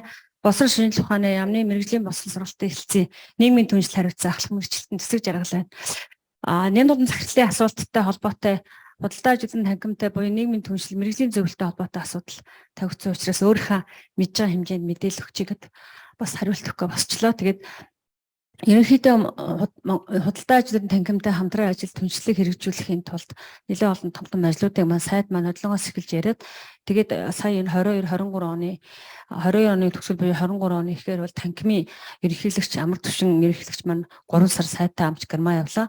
За 11 сард бол гүйцэтгэх захирал 4 захирал нь бол одоо манай багт бол хамт явж танхим бол ерөнхийдөө дуал систем буюу мэргэжлийн боловсролын салбар руу анхаарах ёстой байна гэдгээр бол бүгд гар хүргэсэн. За энэний үр дүнд бол одоо танхим дээр сая түрүүнд асралт даргын энэ дээр гарлаа. Хэлтээс байгуулах гэж байна. За энэ хэлтс нь бол үндсэндээ одоогоор бол 2 уран зорилготой байна. Бид нар сая 5 сарын 31-ний эхний уулзалтыг танхим дээр бол хийсэн. За эхний уулзалтыг хийгээд осмогоо одоо журмаа яаж боловсруулах вэ? Хосмогийн журамд ажил олгогч жишээг намар шууд эхлүүлэхэд ажил олгогч мэргэжлийн холбоод алхир бэлэн байна. Энэ дээр та бүхэн хамтраач гэдэг асуудлыг тавьсан. За танхим болвол 2 хоногийн дараа ахаад бидраас дэлгэрэнгүй мэдээлэл авах хүсэл тавьсан учраас өнгөрсөн хагас өдрөөр манай хэлтсийн одоо дараах байдрын бүрэлдэхүүнтэй очиж дэлгэрэнгүй танилцуулгыг одоо танкимын одоо газар хэсэг нарт бол өгсөн. За ингээд одоо хосмогтой холбоотой буюу дуул системийг Монголд нутагшуулахын тулд Германд бол яг хосмгийг одоо багтсан ажиллаад олон улсад зөвлөхөөр ажилтдаг энэ зөвлөх маань ирж одоо ажиллах гэж байна. Тэгээд энэ зөвлөхийг ажиллах боломж өөрөө танкимаар нь бол хангах нь бол танким бол хариуцахаар одоо эхний байдлаар бол ярьж байна. Тэгээд танхим дээр бол одоо түрүүнд асрал дараагийн юм дээр тавьж гарсан мэдээлэл алын дараахтаас гарсан хилтэс гэдэг юм уу нэгжийг байгуулад тэгээд мэдээ дотроо одоо эдийн үнэ бүрэлдэхүүнд ямар авах вэ гэдэг маань тагмын өөрөө зохион байгуулалт боловч яг энэ байгуулж байгаа нэгж нь юусэн сая манай нямтан захирлаа ярьсан мэргэжлийн холбоод аж олгогчийг одоо манай МБС-тэй холбох дээр нь одоо энэ манай салбарыг явж үзэж танилцах газар дээр нь одоо танилцаад дадлаг болон төгсөгчдийг яаж ажлын байр хангах юм бэ гэдэг рүү хамтарч ажиллая гэсэн ийм одоо нэг чигээр бол харж байгаа. Тэгээд танхим болвол одоо юу гэдэг нь топ 100 аж ахуйн нэгж гэдэг юм уу нөгөө татвараа өгдөөд ингээ хамааралтай аж ахуйн нэгж мэргэжлийн холбоотойгоо хамтарч байх үлдэж байгаа одоо жижиг дунд үйлдвэр тэнд одоо хамааралгүй байдагт нь яаж хурж ажиллах вэ гэдэг асуултыг бидраас асуусан. Тэгээ энэ дээр бол ямар ч зүйл нэгжээ байгуулъя. Тэгээ ингээ хамтраад ажиллаад мэдээж бид нар бол зөвхөн манад одоо хамааралтай байгаа хүмүүстэй ажиллана гэхгүй одоо ямар нэгэн байдлаар Монгол улсын мэргэжлийн боловсролын салбар цаашдаа энэ Монгол улсын бүтээн байгуулалтанд хэрэгтэй хүмүүсийг бий болгох гэж байгаа тулд одоо ажил олгогчдын оролцоог заашгүй оруулах нэ гэдэг оруулж ажиллахад хамтарч ажиллана гэсэн байр суурин дээр бол тогтсон. Тэгээ энэ манай одоо яг батлагдах гэж байгаа энэ хуультай холбоотой байгаа учраас цаашдаа бол нэлээд гэрэл асрах нийгмийн түншлэл жинхэнэ утгаараа явах гэж бодож байна да. Баярлалаа. I want to briefly touch on the important issue of what they call the student mobility, and the question related to how can our students or TVET graduates go and work in other countries. So UNESCO has the global framework for that, so that the qualifications are mutually recognized by each other country, each country. So what we are now pushing very hard in all the countries now is for the governments to sign the UNESCO Convention on Recognition of Qualifications in Higher Education. I'm told by the SG of the National Commission that Mongolia is really advancing that because this is a very critical global framework that will ensure that qualifications of every country would be mutually recognized. So that is why we wanted to really push the government, Mongolia, to really sign this. Very important. This is going to be the only global framework in the world that will underpin the recognition of qualifications and student mobility across many regions and many countries. So I really want to emphasize and appeal to the Mongolian government that they must sign off on this global convention on recognition of qualifications. We now, the convention is now enforced because 20 countries have now signed the convention. So it's now legally enforced now. So those 20 countries that have signed will now mutually recognize. So if anyone refuses to recognize the other country's qualification, then they would now have breached the protocols of the convention. So we will hold that country accountable. So that's the most very important global convention for student mobility. Second point comes to the national qualification framework. You see, the national qualification framework, TVET qualification framework, prescribes the courses that you do, the credit hours, whatever details that is in the qualification framework. So if you are a TVET graduate going to Germany and another country, they will look at, oh, what did this TVET graduate in Mongolia did? Let's look at the qualification framework. That's why you see the qualification framework is also very, very important. You go to a UNESCO website, we have a depository of every national qualification framework in TVET. So why Mongolia is very slow in approving and finalizing the national qualification framework for TVET? So that is a question to US stakeholders, and so it also links to the qualification framework, you see, because they will look at the details of every specific technical vocational training course you have did in Mongolia, looking at then how qualified you are, you see. So that is why these two things come together as well. Broadly, we also are pushing the Ministry of Education to also develop the national qualification framework for higher education and the entire spectrum of learning and the qualifications ecosystem. So it is absolutely very critical for the national qualification framework to be also adopted. We also planned for a higher education conference to address this issue, but we have now deferred that to later this year. So one of the projects that we're implementing with the support of Korean government is to build at the Accreditation Council, Mongolia Accreditation Council, a very important unit, which we call it National Information Center, NIC. The role of that center is like this. They will process every degree that a Mongolian has received in other country when they come back to Mongolia. So this is a work in progress, but with the financial backing of the Korean government, UNESCO, we're really trying to ensure that this center is up and running. We call the NIC.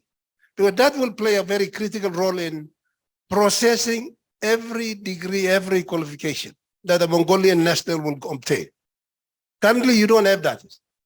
So that is why it's a project that I have implemented, and we're pushing so that we have the National Information Center would be up and fully operational. Because the processing of degrees and qualifications is a very important work that has to be done to ensure that that degree that the student or Mongolian student obtained from Australia or anywhere in the world will be processed by the Accreditation Council to ensure that it had met the critical and legal requirements to be called a degree or diploma or a certificate or whatever you want to call it. So these are some critical work in progress, but as I said,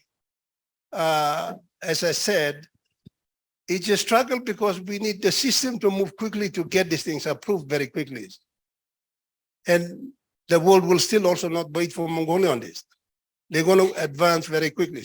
And now talking about digitally as well, now UNESCO is micro-credentials and digital recognition of qualifications. So that's the other digital angle to it now. So how can we also now digitally recognize qualifications obtained in other countries as well? So that is also another part of the digital transformation process. Thank you. Миний нэр Хөтөлбөрийн мэргэжлийн боловсролын салбарт нэлээд олон жил төсөл хөтөлбөрөөр дамжуулж ажиллаж байсан юм шинжээчийн төвчний хүн байна дээ. Саяын хүний ярьсан яриатай холбоотой нэг асуулт асуух гэсэн. I can probably directly speak English. So you just mentioned about the ecosystem of the new qualification competencies that was issued by the UNEVOK as a recommendation, I think back in 2021, right? So over the course of last winter, I had a chance to work with the FAO on developing a curriculum and two competencies or the curriculum standard levels. And then that's actually my first time actually the exposure to that, the recommendations of the new ecosystem of the new qualifications and competencies. So my question is there any the best practices of other countries who actually use that and then they develop the new curriculum or the new qualifications and competencies so that we can take a look at that and compare what we have done in the past winter within these two the curriculum?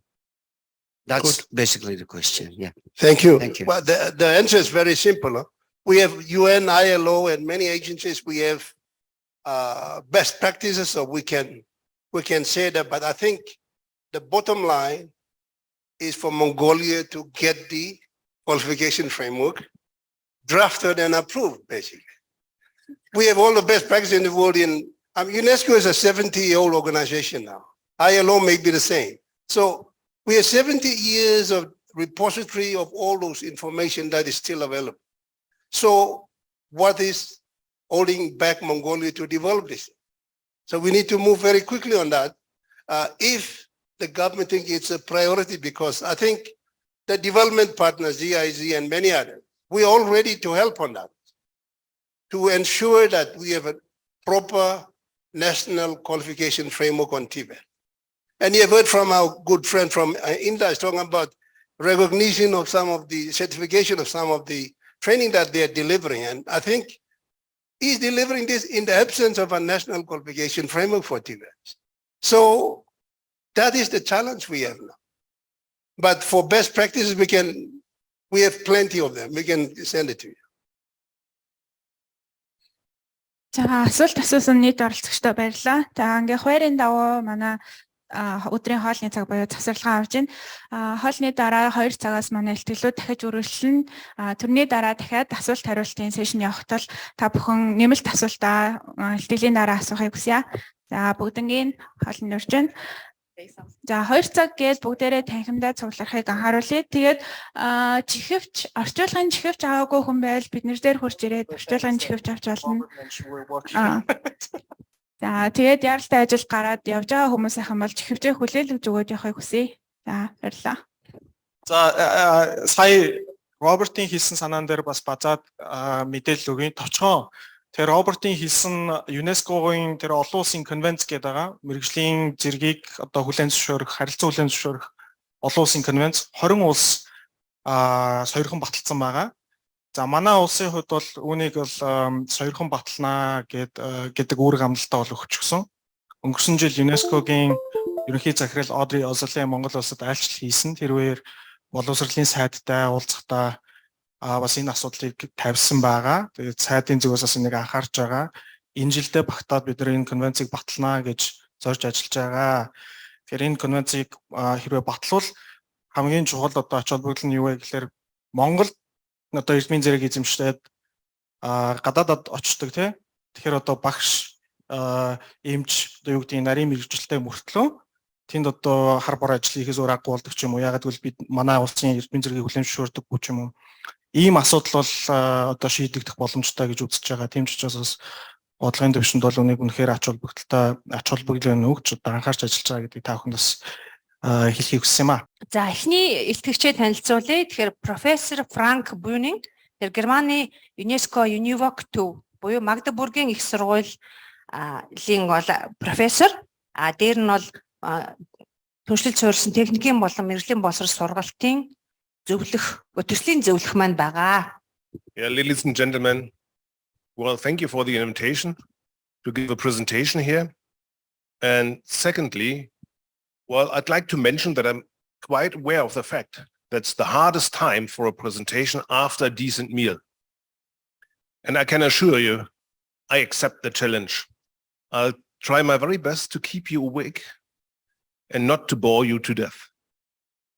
So I take the challenge on board, and just in case you're feeling bored, just let me know and I come up with a better topic.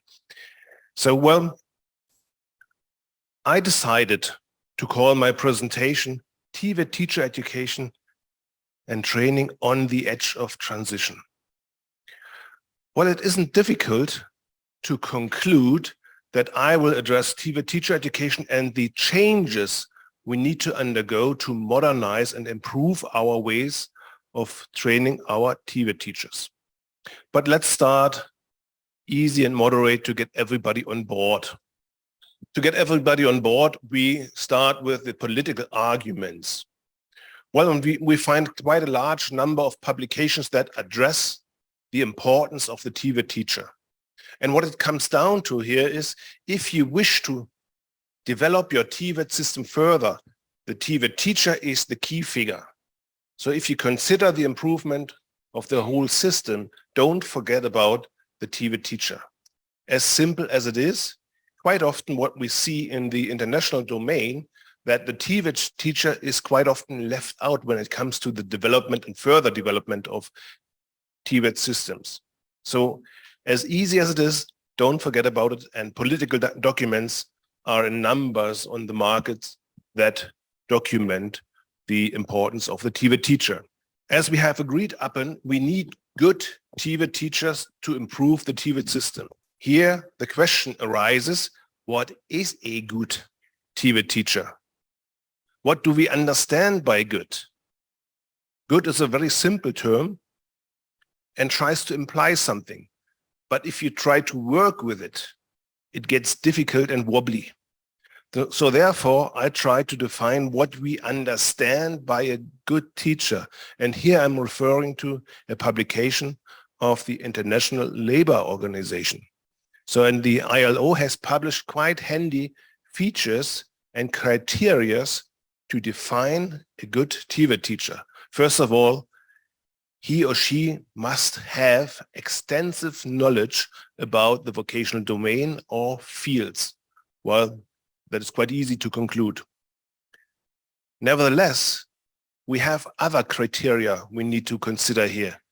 Secondly, ICT is important. He or she must be proficient in using and applying ICT. We just had this morning the discussion intensively. So we have a consensus achieved in that point as well.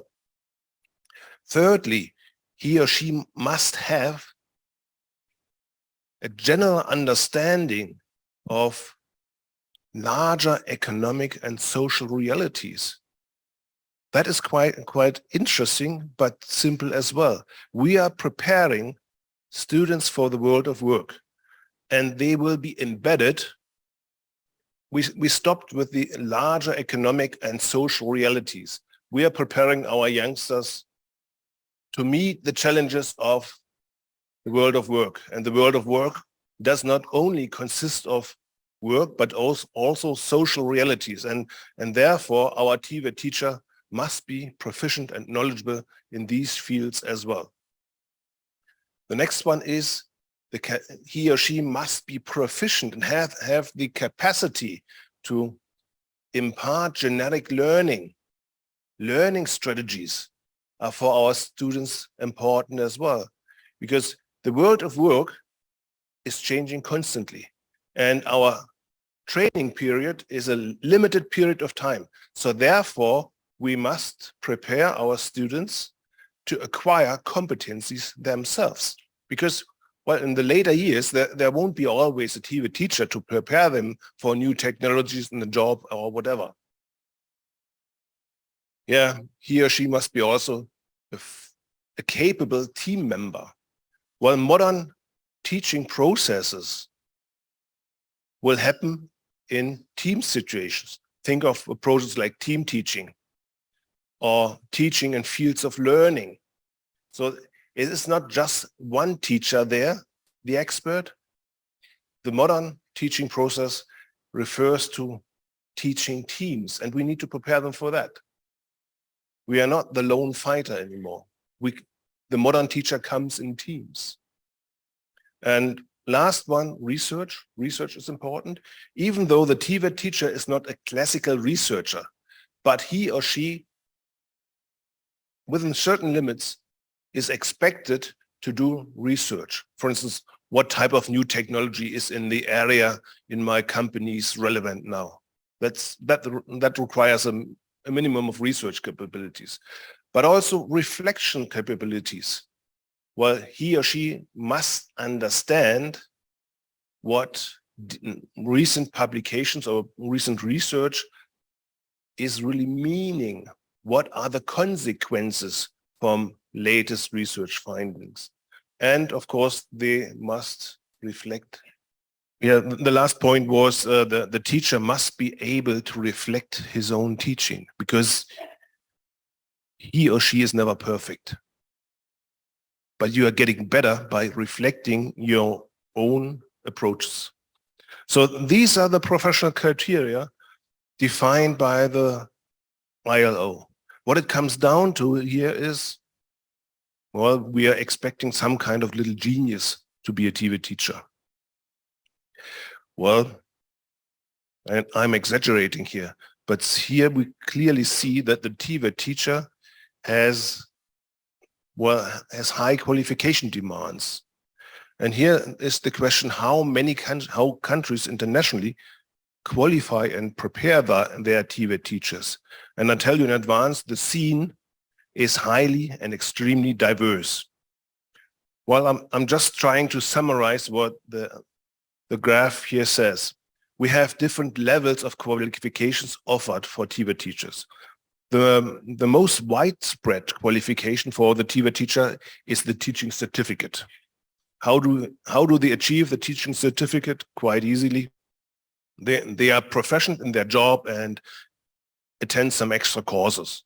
And here's your certificate and you go. Off you go. This is the most practiced approach internationally.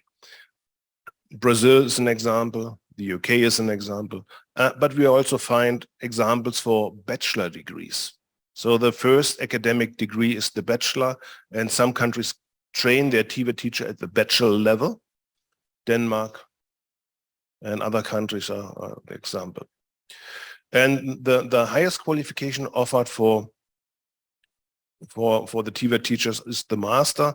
And of course, we find the master here in Germany, but other countries too. For instance, China is a good example.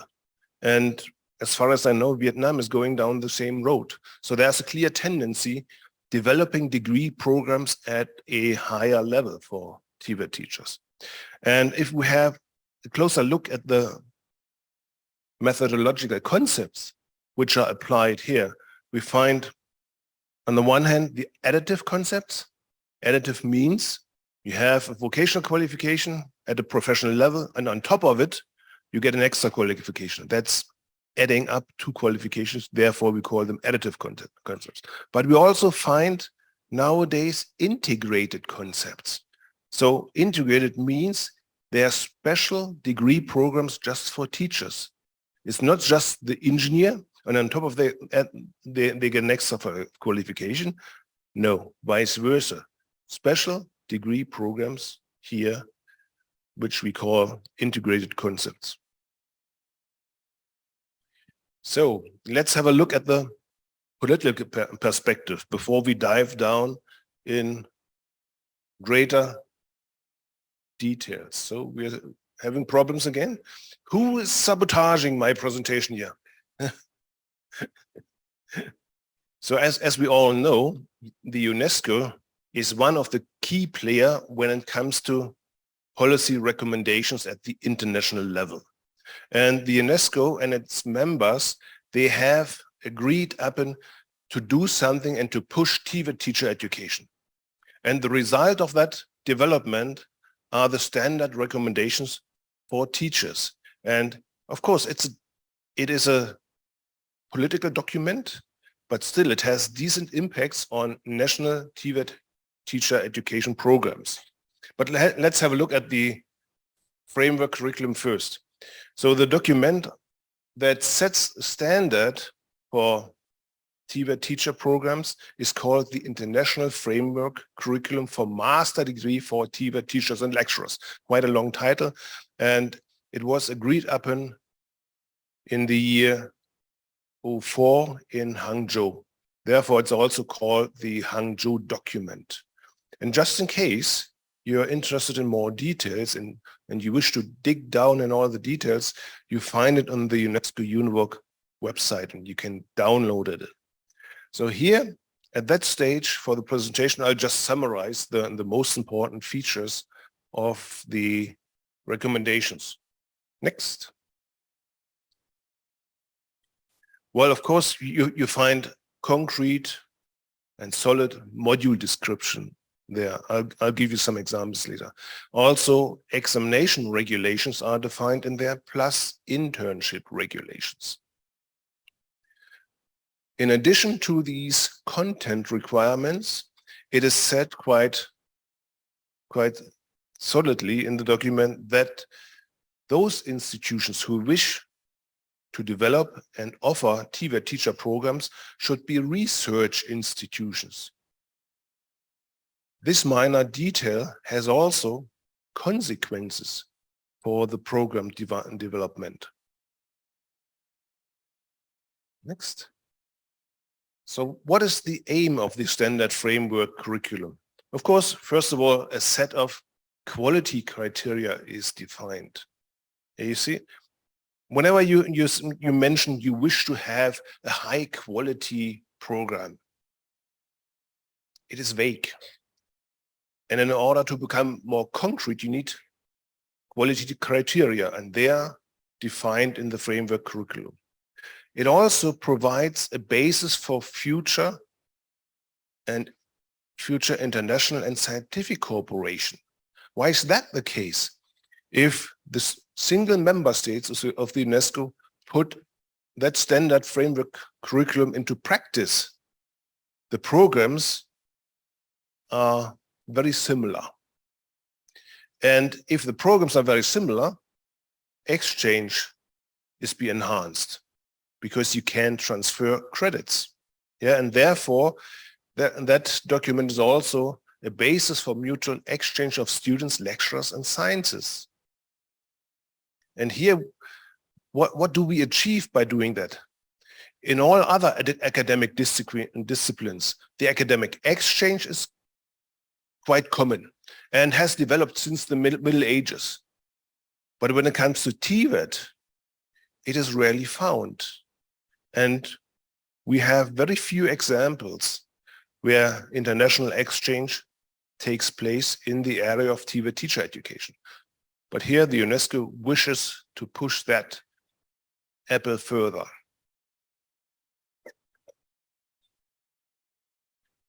Just to summarize roughly, the master course should have 90 up to 123 credit points.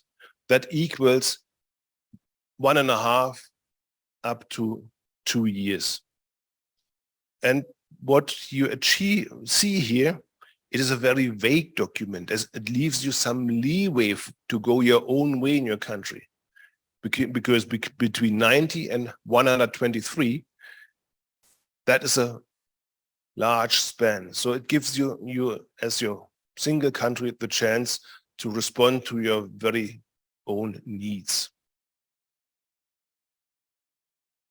Here is a quick look at the documents and the modules that are listed in there. I'm not digging down into detail. It's only interesting to see that they are very concrete modules clearly linked up to TVET explicitly. So we are not talking about general education here. Only by looking at the title, you see that the standard framework curriculum is very much into TVET. So how now, brown cow? Is it a white elephant? Do you know what a white elephant is?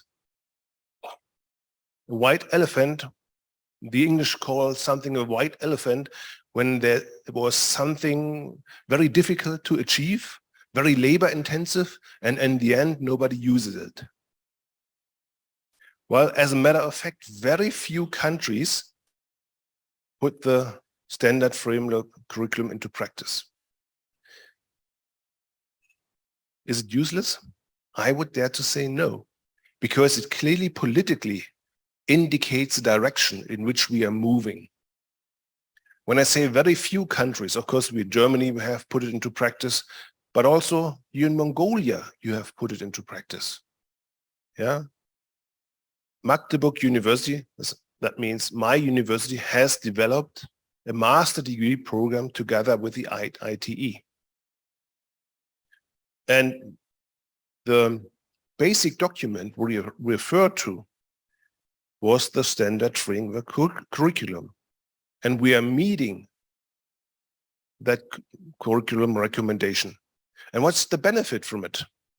First of all, the graduates, they enjoy a certain international recognition.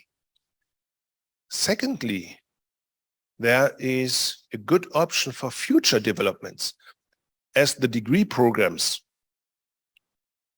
here in Mongolia and in Germany at my university are almost identical.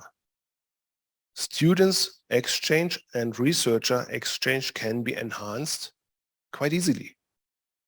So I would say, no, it's not a white elephant. It was labor intensive to develop it, maybe costly, but it still has some great value for all the countries. Now, next. Talking about the political framework and legal framework, that was important to start my presentation. But when it comes to transition, on the edge of transition. Remember the title. It is important to know what the problems of TVET teacher education recently are. The first of all, one problem which I find wherever I go is the lacking linkage with the industry and the business sector. And it's really difficult to get the industry on board, to get involved in TVET teacher training. And the irony is the industry as well suffers from poorly qualified TVET teachers. Still, it is difficult to involve them and get them on board when it comes to TVET teacher training. So the simple argument is that is the job of the task of the state. They should take care of teacher training. That's not our job. We produce X, Y, Z, full stop. But here, they expect the state to provide highly qualified labor. Where does it come from? Of course, from the TVET colleges. And who teaches them? The TVET teacher. So therefore, there should be a self-interest in getting involved in TVET teacher training. But TVET teachers quite often lack themselves enthusiasm to cooperate within industry. Why is that the case? Of course, it is extra work. And secondly, many of our TVET teachers have very few industrial experience. And the lacking industrial experience puts them off from working too closely together with the industry. So here we have, well, a vicious circle, I would call it. So that's the challenge. We need to deal with it. Motivating TVET teachers to develop linkages with industry. Yep. Even if you manage to motivate your TVET teachers, the knocking doors approach is probably not the most suitable and inefficient.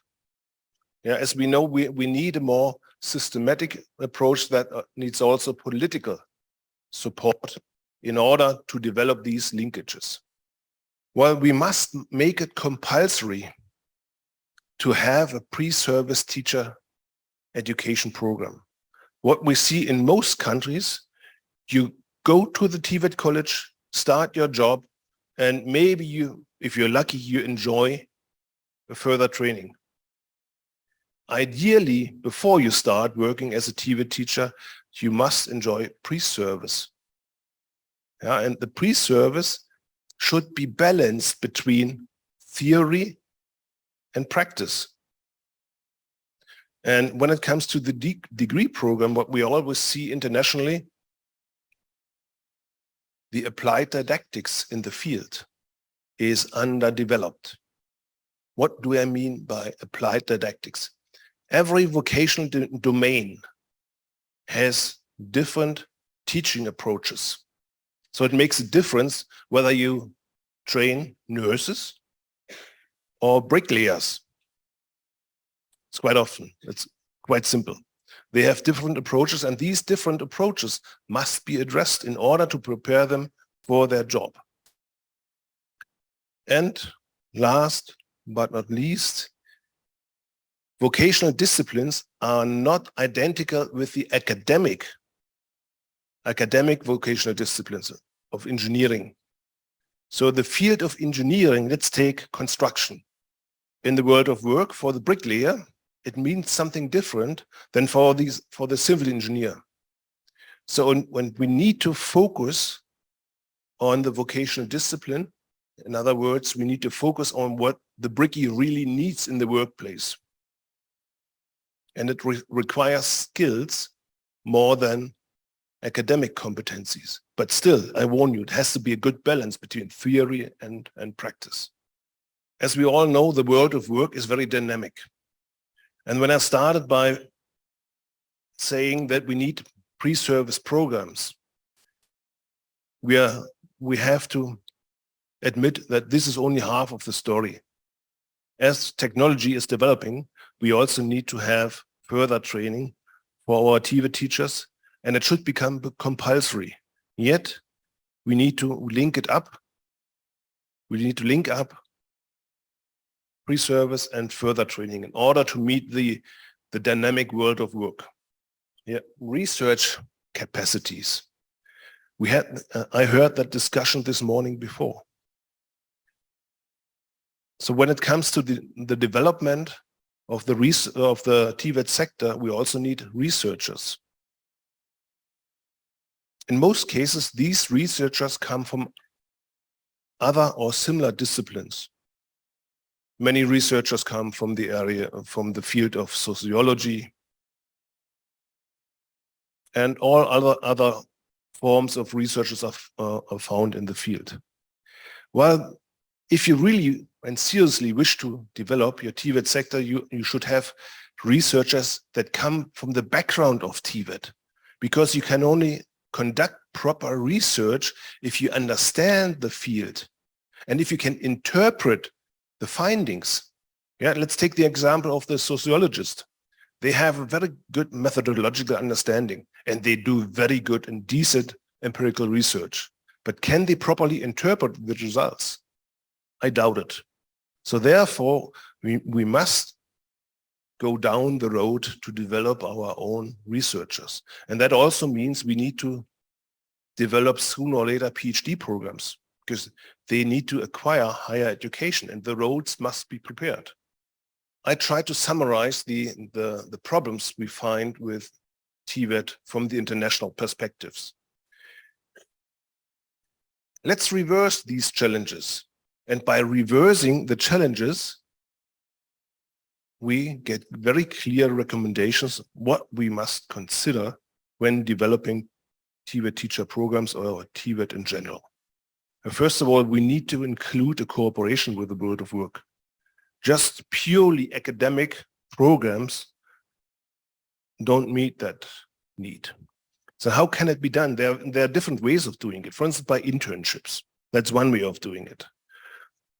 Another thing could be a minimum of industrial experience before you start your training program. And you need to come up how to develop linkages in your later job, in your profession in teaching. And here we can include models of good practice, how other countries do it. There are different ways of doing it. I can only derive what we need to do. In detail, we need to consider the country's situation. And we also need to include modules of TVET research. As I said in the beginning, a minimum of research is also from a TVET teacher expected. For instance, when it comes to new technologies, where are they applied and how relevant is it for your domain that you're teaching? Pre-service must be a must. And further training is a must add-on. And here we have a political issue. Yeah, that can be touched on by policy and make it compulsory and link it up. You see that these challenges lead to far-reaching consequences. And if you take these challenges and recommendations seriously, you need a highly qualified TVET teacher. But don't forget to adjust the salary scheme to that highly qualified teacher. Otherwise, you will end up with no students in your TVET teacher program, because the long way you need to undergo to become a professional TVET teacher must pay off in the end. That is closing remark for the policy. Thank you very much. За Магдабургийн их сургуулийн профессор Франк Бунигд маш их баярлалаа. Тэгэхээр мэргэжлийн сургалтын салбарын магистрийн хөтөлбөрийн зөвлөхөр ажиллаж байгаа. Тэгэхээр бид бол Германы магистрийн төвшний хөтөлбөрийг нэвтрүүлж хэрэгжүүлэхэд бол гизийн төслийн хүрээнд энэ зөвлөхүүдтэй хамтарч ажиллаж байгаадаа маш таатай байна. За тэгэхээр та бүхэн мэдж байгаа манай форумын бол 2 хэлбэртэй явж байгаа. Онлайн болон бичлэн. Тэгэхээр онлайнаар бол Монгол бид нар шууд боловсролын яам манай байгууллагын VTP-ийн пэйж тэгээд үндэсний комиссийн пэйжүүдээр цацж байгаа хүмүүс маш идэвхтэй оролцож байна. Тэгээд юу харагдахгүй байна, дэлгэц харагдахгүй байна, томруулаарай гэж бид нарт зөвлөмжүүд өгöd байна. Нөгөө олон улсын экспертүүд маань төлөөлөгч нараар бас онлайн оролцож байгаа. Тэгэхээр дараагийн илтгэл тавих хүн маань бол онлайн илтгэгч байгаа. Тэгэхээр Капис Оливер гээд ЮНЕСКО-гийн бондох төвийн нарийн бичгийн дараах нарын газрын дарга ийм хүн байна. Тэгэхээр Оливерийг урьж байна. Okay, thank you very much. I am happy. I hope that is okay for everyone. Yeah, okay for everyone. Okay. Thank you very much. I'm very happy to join this important forum. I have listened to the presentation, the presentation. It was very complete, and I think that is really the way for us to go. So allow me to make my presentation. My presentation is built with two perspectives. One is to share about the UNEVOK network, and the last part is to share a bit about some recommendations of UNESCO related to TVET, related to education. That it was presented, but it will be the occasion to share some additional point based on it. As I was saying, my presentation is in two perspectives. One is to share a bit about the UNEVOK network, and the last part will be the occasion for me to share some point concerning the UNESCO recommendation for TVET. We have two main recommendations for TVET and for teachers. So I would like to start by saying that this is the mission of UNESCO-ЮНЕВОК. Our role is to support member states to strengthen their TVET system. And what we do in general, we work in terms of toolkits, in terms of capacity building, in terms of network, and also especially we make also technical assistance. I will come back later on this aspect. Concerning the network, we have the network, it's a global network, and the main objective of the network is to contribute to improve the standard and quality of TVET system in member states and globally. For example, in this TVET forum, we are a lot of members of the network who are presenting the president work from the network. For us, this is the mean to contribute to improve. We have also some members that are already present that were involved in this work forum. For us, it is the way to improve TVET at national level also. But concerning especially the network, the objective of the network is to facilitate cooperation and mutual assistance for institutional capacity development, and it's also to provide peer learning and knowledge sharing opportunity to its members. And the way that we do in UNESCO-ЮНЕВОК is to do our best to ensure also that members of the network are beneficiaries of the service of UNESCO-ЮNEVOK, but also contribute to the work and the mission of UNESCO-యుNEVOK.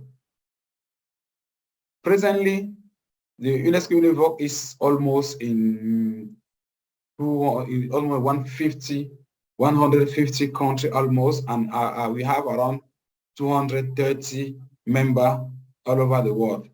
And in the network, we have made the choice to have a network that is diverse. We are not just focused on a TVET provider. In addition to TVET provider institution, we ensure that we have university research institution. We ensure that we have national coordinating body and also ministry. And for the women, we are almost 25%, almost up in average for each of the group. And one priority that I will share with you also is that we are attracting now TVET institution, TVET teacher training institution in the network, because the more and more the question of the teacher, the question of quality is coming on the new agenda of TVET. So we are doing our best to ensure also that we have the more and more TVET teacher institution, training institution in the network. Because at the end of the day, we would like to take the network also as the means to support country in their request.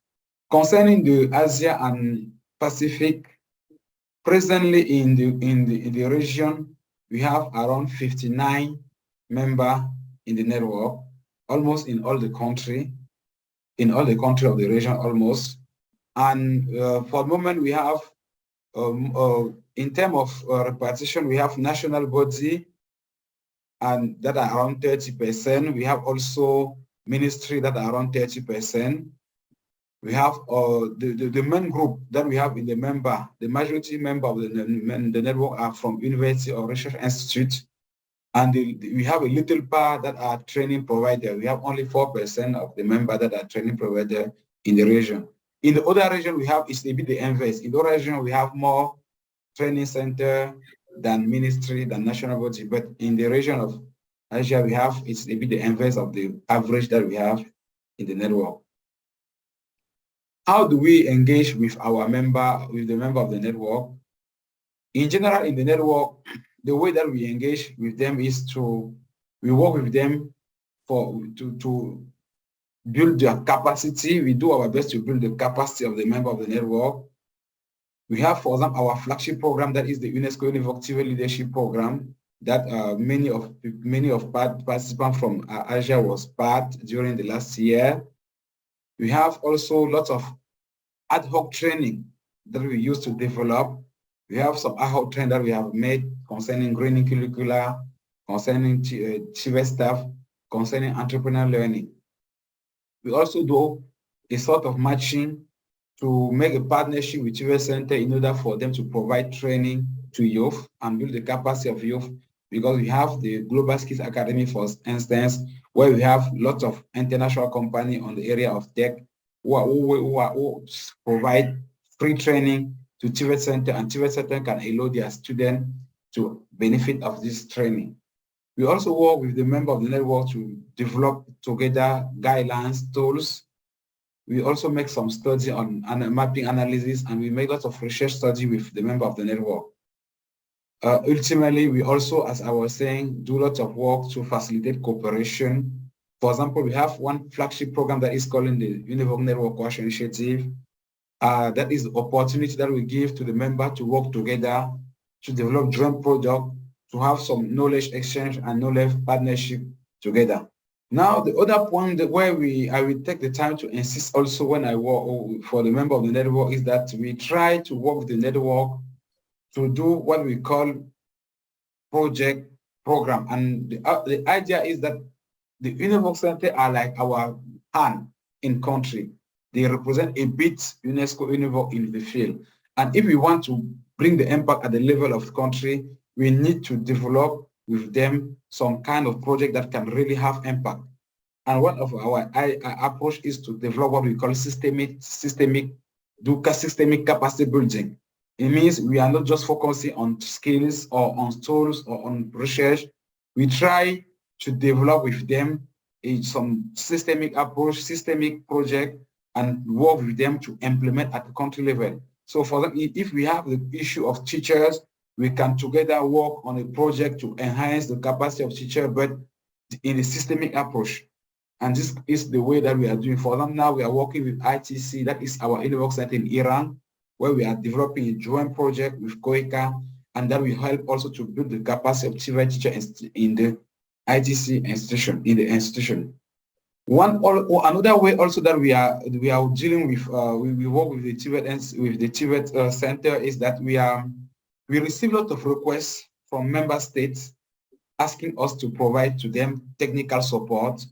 There are a lot of members who want to have some study visit tool, and to do it, we have started this year to set up what we call the database, UNEVOK Associate Expert Database. We would like to have, we have in this database expert on around, we have 12 areas, including teachers, that we are setting up the database of UNEVOK Associate Expert. We are setting up also what we call the UNEVOK Reference Center. We have reference center on teacher training, reference center on greening, reference center on inclusion. We have around 12 areas that we are setting up reference center, and this is for us the way to take them to work with them to respond to the request of member state, because we have the more and more requests, and UNEVOK's team alone are not able, UNEVOK Center, our team alone are not able to respond to this need.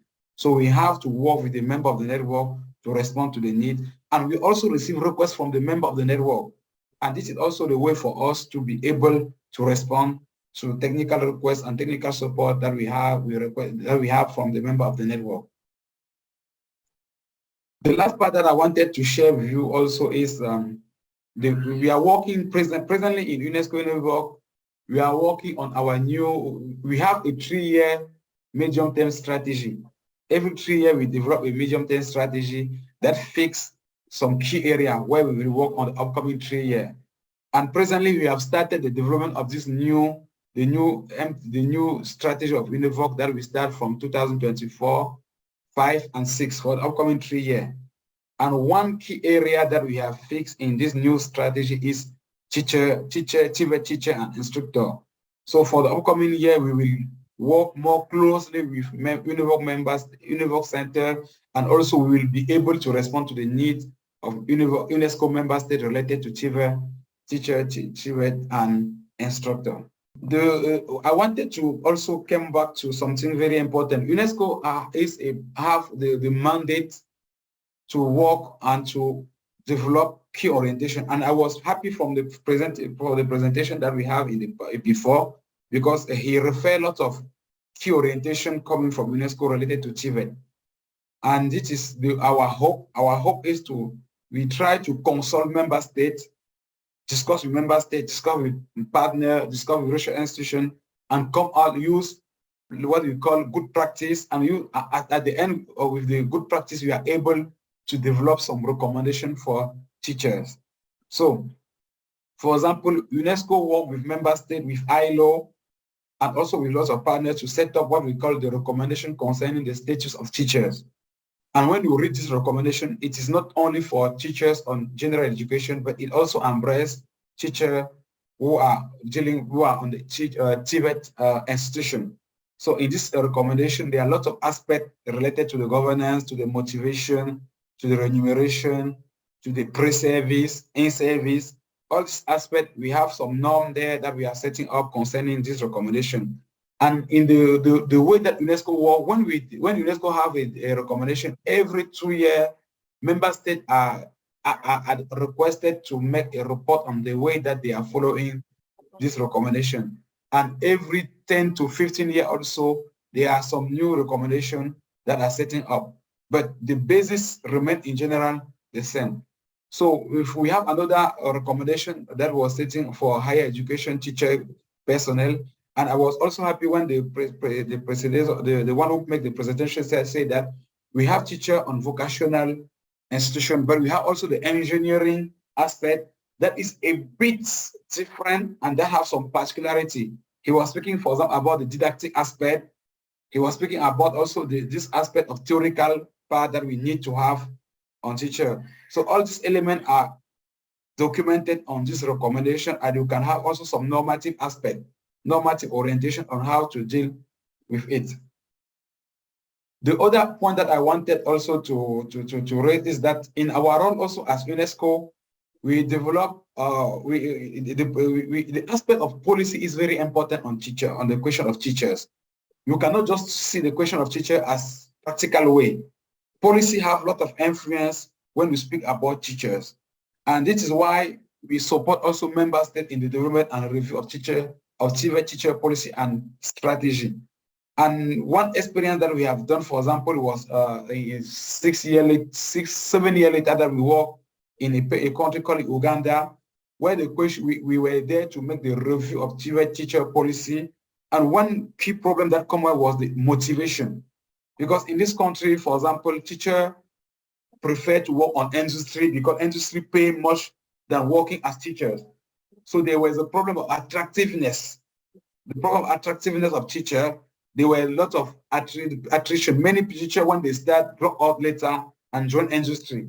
So in this work, the objective was really to make lots of consultation and discuss with them and see what are the key policies that can be set up to attract qualified teachers, maintain them, and make them motivated, more motivated when they are there. So these are some elements that we have developed that you can find also some orientation on this TVET teacher policy guide that is developed by our section in charge of TVET at headquarters, and that also has many aspects related to TVET teachers. Presently also, we also do what we call, we have a global program to build the capacity of teachers, including TVET teachers. If you go to UNESCO or you go to Google, you just put Global Teacher Campus, you will have access to a platform where there are a lot of training that was set up to build the capacity of teachers, including TVET teachers. We also do lots of work in terms of knowledge sharing, knowledge production related to TVET teachers. We have our institute called UNESCO Institute for Planning in headquarters, and also our platform for TVET that is in Dakar. This platform, they have developed a guideline that is very used by member states. This guideline is used very much by member states. It set up some teacher code of conduct that give a bit some orientation concerning teachers. They have also published a teacher career reform, a sort of orientation that can be set up if you want to do the reform of teachers. We also every year also we try to valorize, to celebrate teachers, and one way is we have what we call World Teacher Day that is celebrated at global level, and we try to push and to motivate our member states to celebrate not only teacher from general education, but also teacher from TVET institution. And we try also to support them to organize events at regional and national level in order to celebrate our TVET teachers. I want to finish my presentation with one aspect. I want to come to one aspect very important, that if you go to our UNESCO web, we have the UNESCO-ийн we have a platform there. In the UNESCO-ийн we have a platform. In this platform, we try to promote we try to disseminate some resources. We try to promote experience sharing. We try to promote knowledge sharing. And the question of teacher is extensive. You can have lots of resources if you go in the website of UNESCO-ийн, and lots of discussion was done on our TVET forum related to TVET teachers. We have on the country profile of UNESCO-ийн, when you go to the website, almost all the member states of UNESCO have a TVET country profile. And most of the time, you can have some aspect related to the situation of TVET teachers in the country, or some reference to policy document related to TVET teacher there. You can also have access to some promising and innovative practice. And in the promising and innovative practice, we receive also some good practice from member states, from river center that are related to TVET teachers, that I encourage you also to try to see how you can use it, or how you can contextualize it based on the reality of your country or your center. We have also an online library that have lots of tools there. And I would like to, before stopping, I would like to come out on two aspects that was well discussed in our TVET forum, and also that is public, that you can see also some reference on our library. The one aspect that was very well documented in our we have one publication that was done on how to strengthen TVET teacher strengthening TVET teachers education. You can have this a good publication in our online library that speak about this question. And some key point that you have in this publication is you have the issue of teacher as a profession, TVET teacher as a profession. In many countries, the TVET teacher is not really a profession, and sometimes they are not valorized because it's not considered as a profession. So we have some discussion on what are the standards that you need to have there, and also how to build the competency how to build the competency of TVET teacher. You can have this documented there. There are some aspects that you can also see in the publication we have online. There are something that is related to how to bring the learning culture of pre-service in the TVET sector for teachers.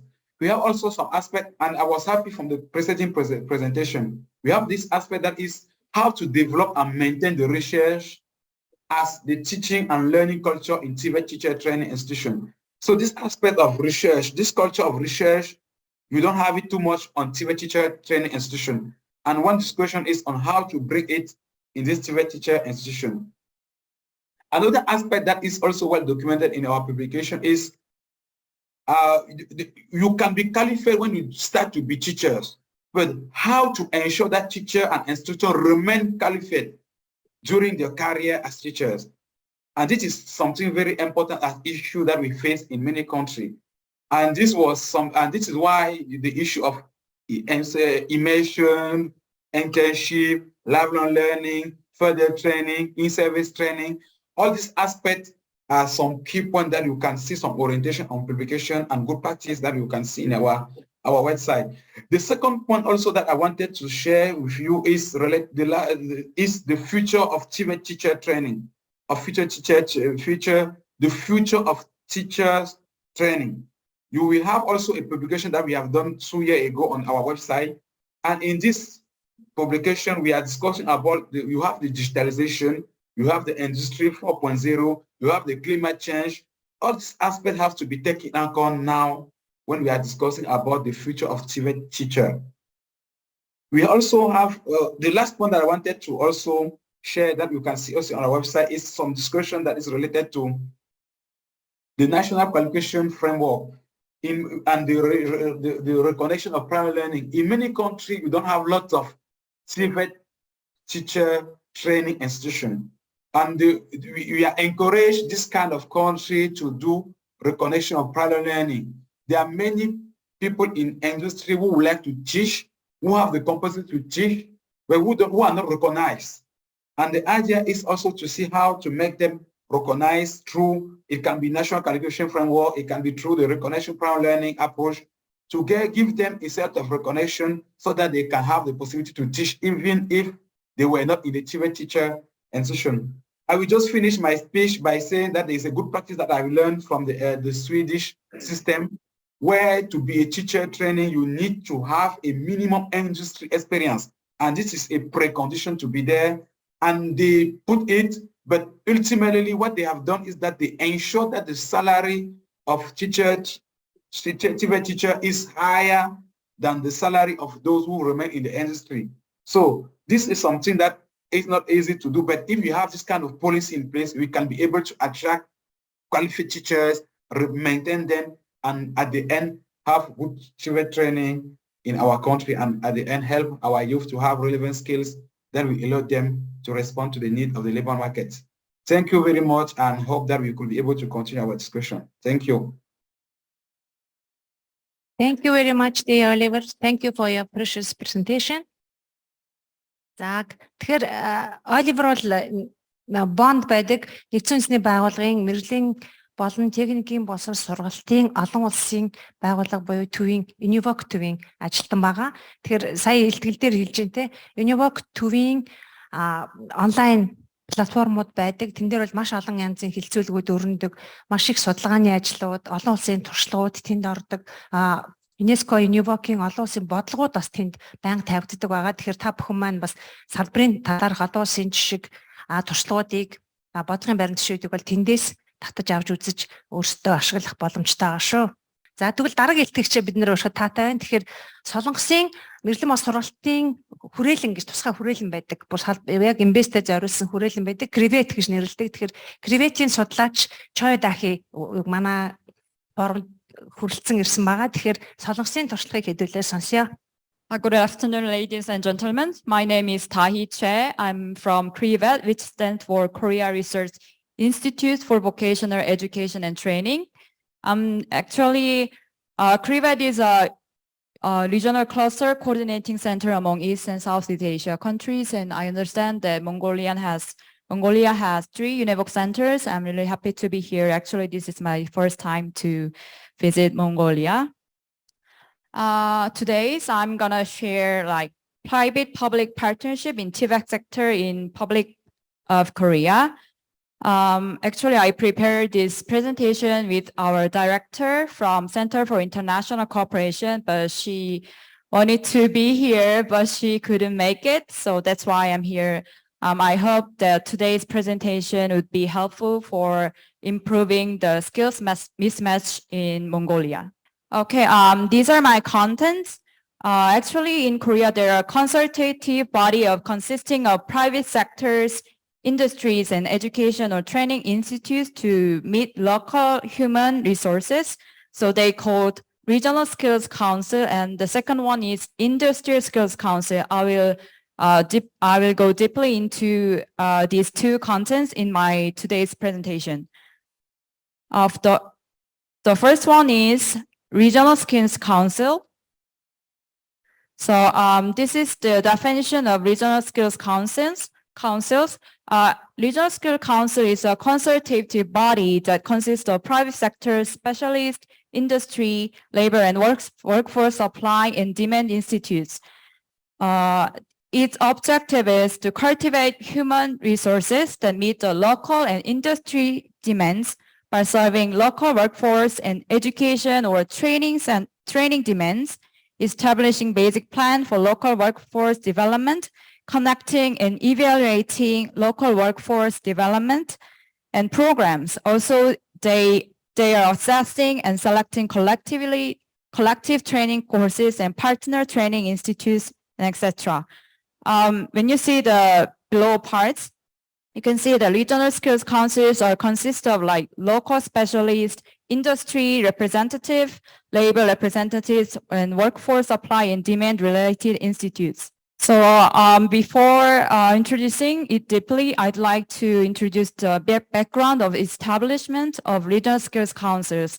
Like before having these councils, a variety of skills development programs were carried out at the central and local government levels. But you know that sufficient efforts were not made to reflect the actual demands from the regions and industry. So the recognition of these problems led to an increased awareness of the necessity to improve training for the unemployment workers by innovating on the paradigms of vocational training and adopting a body able to coordinate overall job training in the region.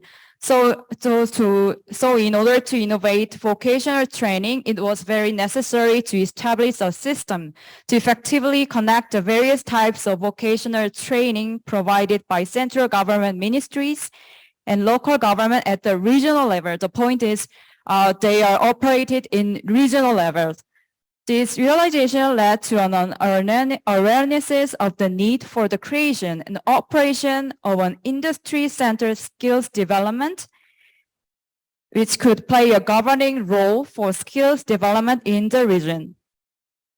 I put this graph to show you that the history of regional skills councils, and currently we have 16 number of regional councils in Korea. So they are scattered throughout Korea to reflect and find what skills in the regions are needed and what university or training centers needed to supply labor forces in the region.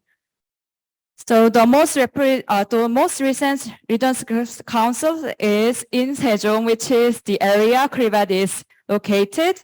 Actually, like Mr. Robert mentioned, the importance of policy framework, right? So to manage and operative or to give funding from the government with consistency, we made a legal ground for regional skills councils by the government. So an act was legislated on the establishments and operation of regional skills councils. So when you check the law, you can see that the overall operation and the roles of regional skills councils, for instance, the first major important roles is formulation of master plans for training of regional human resources, survey of demands of human resources in the region, their education and training. Also, they do the survey of current state of regional education and training institutes and their education and training courses. Not only for surveying on regional skills and demands and supply, they also do administrative things like allocation and coordination of financial resources related to the development of human resources in the region like that. So I'm not going to read the whole. This is quite a brief structure of regional skills councils. So for instance, in the first square one, regional skills council conducts demand surveys of workforce and training in its regions. So by doing this, local companies are asked the human resources they need, what skills they expect from the future candidates, or what sectors they are investigating. So by asking those questions, we analyze the human resources, the enterprises in the region need. So then in the second square, in labor supply part, regional skills councils conduct surveys of the current state of regional training providers and their courses. So it means that local universities or training institutes, they are asked how many students will be in labor markets and how they are expected to have like future or potential skills. And then the Regional Skills Council set the master plans of regional skills development. And then by setting the plan, they allocate and coordinate finance resources related to skills development in each region. They conduct and evaluate skills development programs in each region. They provide suggestions for the improvement of efficiency of workforce training projects. So to fulfill these roles, system of governance is necessary. A detailed overview of Regional Skills Council structure is provided in this graph. The major part of the structure is Secretariat of Regional Skills Council. So their role is working committees and conducting meetings, which is very basic roles. Also, it plans and conducts regular and periodic demand surveys on workforce and training in each region and reports the results of regional skills councils. They also like do conducting surveys on the current state of training provision in the region. It is also responsible for handling issues related to the establishment of workforce supply anticipation system and to the provision and utilization of information. So they also support programs and is responsible for work related to regional workforce innovation projects. As I mentioned, one of their major roles is conducting survey or analysis of supply and demand for training. Training supply and demand surveys conducted by regional skills councils can be classified into regular and periodic supply and demand surveys based on the time when the survey is conducted. Actually, I will explain more deeply in the next slide. They can also be divided into qualitative and quantitative surveys based on the survey methods. When combining all the different kinds, then we can see that there are 4 types of surveys. So for instance, in the horizontal line, the survey term is divided by regular and periodic. And the vertical line, the surveys can be divided into quantitative and qualitative methods. For instance, when survey is conducted by regular basis with qualitative methods, which is the third part, then regional skills councils conduct survey to use group interview or round tables to figure out the local human resource demand from the local enterprises. And they also go to the university or training centers to figure out what training courses are you providing to the students, or what kinds of education are you planning to make courses to provide students. These are major stakeholders. So even though I said that regional skills councils are based in regional skills, regional level, but central governments also participating in these systems.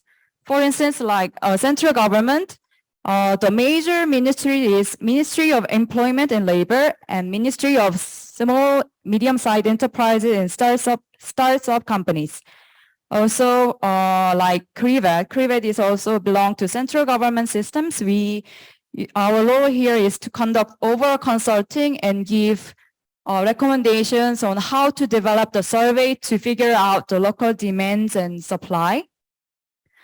And also as a research institute, we consult and do research what to do according to the results of the survey and what we can make policy interventions to reduce the skills mismatch in the region. The next one is Industrial Skills Council. Actually, it's quite similar from the previous one, Regional Skills Councils, but the difference is Regional Skills Council is basis of regional. but industrial skill councils is industry basis.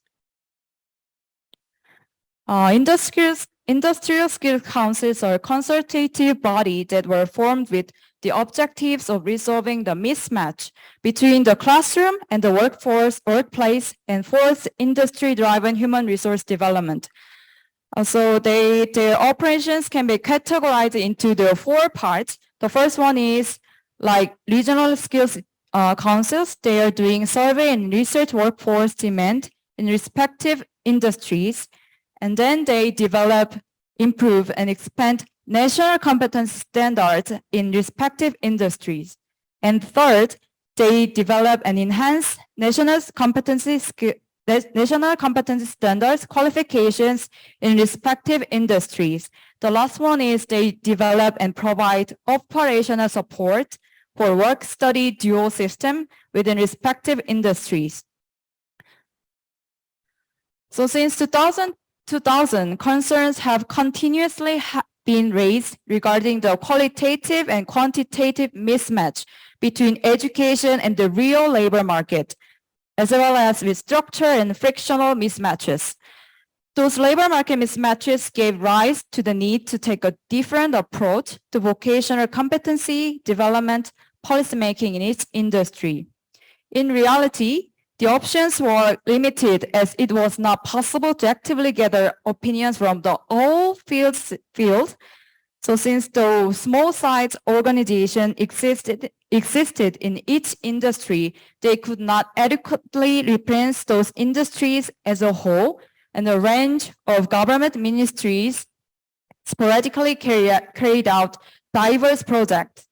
In addition to this, the workforce mismatch issue continued to be raised as a large number of job-seeking trainees completed training courses without having obtained the skills actually required in their real fields, meaning the original purpose of resolving job mismatch in the labor market had not met.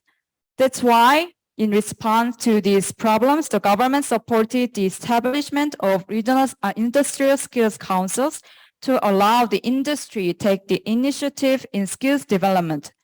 Industry skills councils were formed based on national competency standards qualification and have played a role as a central channel for industry-led skills development by carrying out core mechanisms for national vocational competency development projects, such as providing consulting services for national competency standards development and improve, as well as corporate utilization, restructuring the national technical qualification systems, establishing the sectoral qualification framework, and also they make connections with the previous one, regional skills councils. So by working together with regional skills councils, our government want to solve the skills mismatch in the region, also in the industry.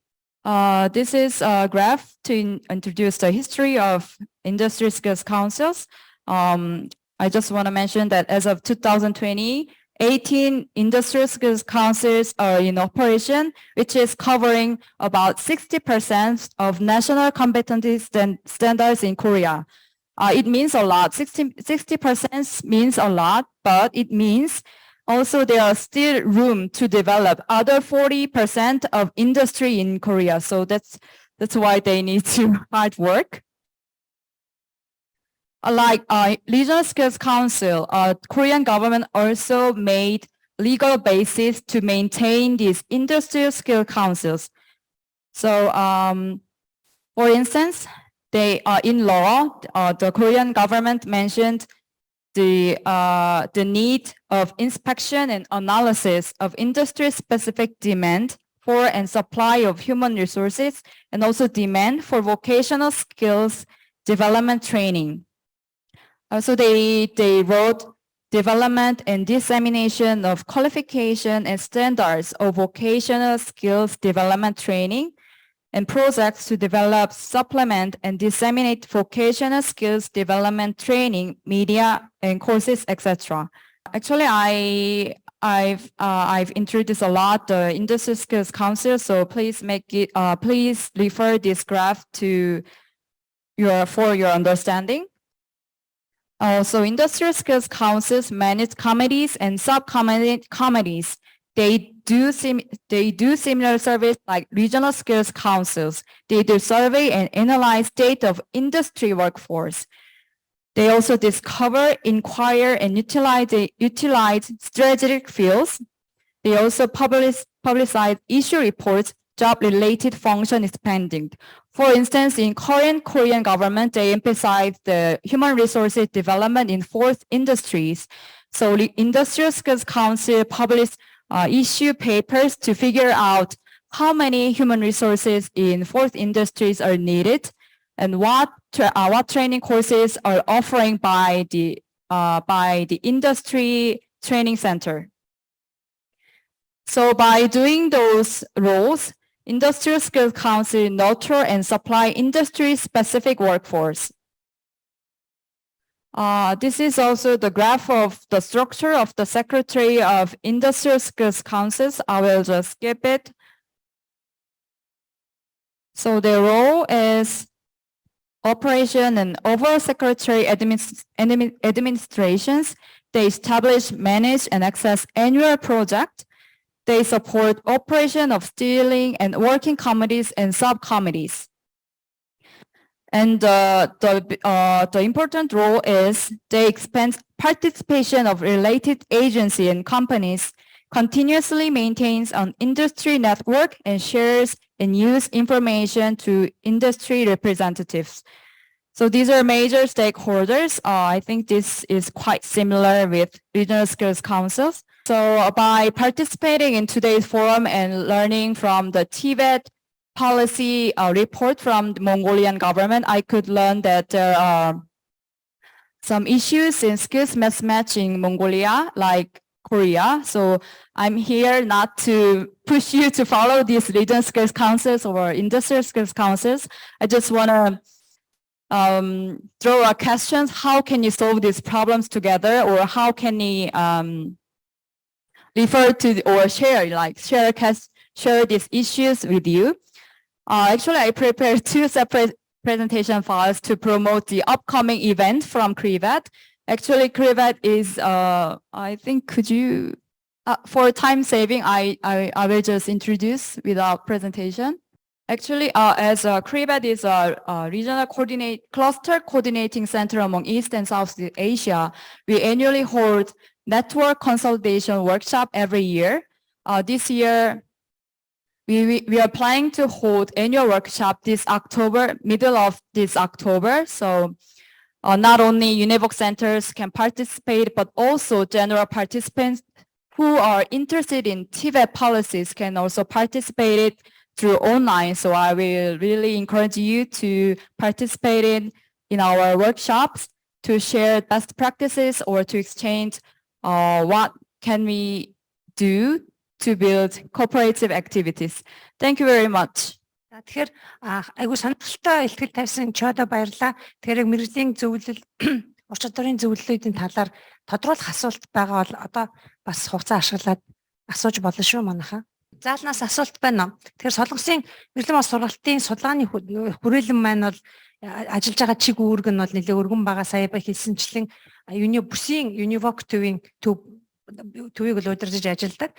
Дээр нь бол яг мэргэжлийн боловсрол сургалтын салбартай хамааралтай бүх судалгаануудыг хийдэг. Энэ судалгаагаа бол ажил олгогч, бодлого боловсруулагч нар яамдад ингэж өгдөг. Тэдний бодлогын үндслэл олгож ашигладаг ийм хүрээлэн байгаа. Тэгэхээр энэ хүрээлэнтэй бол бас манайх хамтын ажиллагааны гэрээтэй ажилладаг. Тэгэхээр цааш цааштай бол бидний чиглэлээр бас Монголдо хэвшүүлж болох, туршиж болох үйл ажиллагаануудыг хэрэгжүүлнэ гэж бодож байна. За асуулт бах байгаа юу.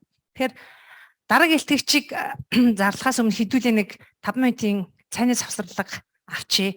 Яг тэгэхээр хүмүүс маань өдөө хоолны дараа нэлээд жоохон чилээрч ах шиг байна. Цай бэлэн болгоод нэг 10 минут завсарлаад хэдүүлээ буцаж орно шүү. Тэгээд хамгийн сүүлийн илтгэлээ тавиад асуулт хариултанд орё. За баярлалаа.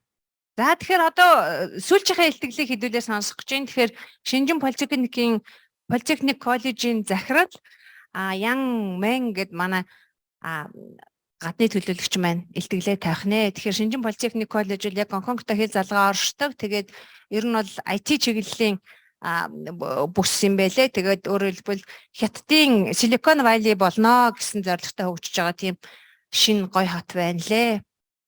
Good afternoon, ladies and gentlemen. Thank Tunga for your introduction. And it's my honor to be invited to attend the second National Tibet Forum in Mongolia and make a presentation on Tibet digital transformation in China. This is the young woman from Shenzhen Polytechnic, China. And my presentation will cover 3 key points. The first one is about backgrounds of Tibet digital transformation in China. Number 2 is about the national policies or strategies on Tibet digital transformation. Number 3 is about some promising practice in Shenzhen Polytechnic, China. Now let's see the first one, backgrounds. In China, we have the 14th 5-year plan. In part 5 of this plan, accelerate digital transformation and construct digital China was mentioned. It covers 4 dimensions: digital economy, digital society, digital government, and the digital ecosystem. Digital education is inside digital society and digital economy. So for B, you can see we have the 14th 5-year plan on digital economy. It put forward further promoting smart education in this plan. Also in this year, in January, China hosts the National Education Conference. During the conference, China launched the National Strategic Action Plan on Education Digital Transformation. The second background is that China is China's digital economy and technologies drive Tibet digital transformation in China. From the left, the table, you can see China is the world's second largest digital economy.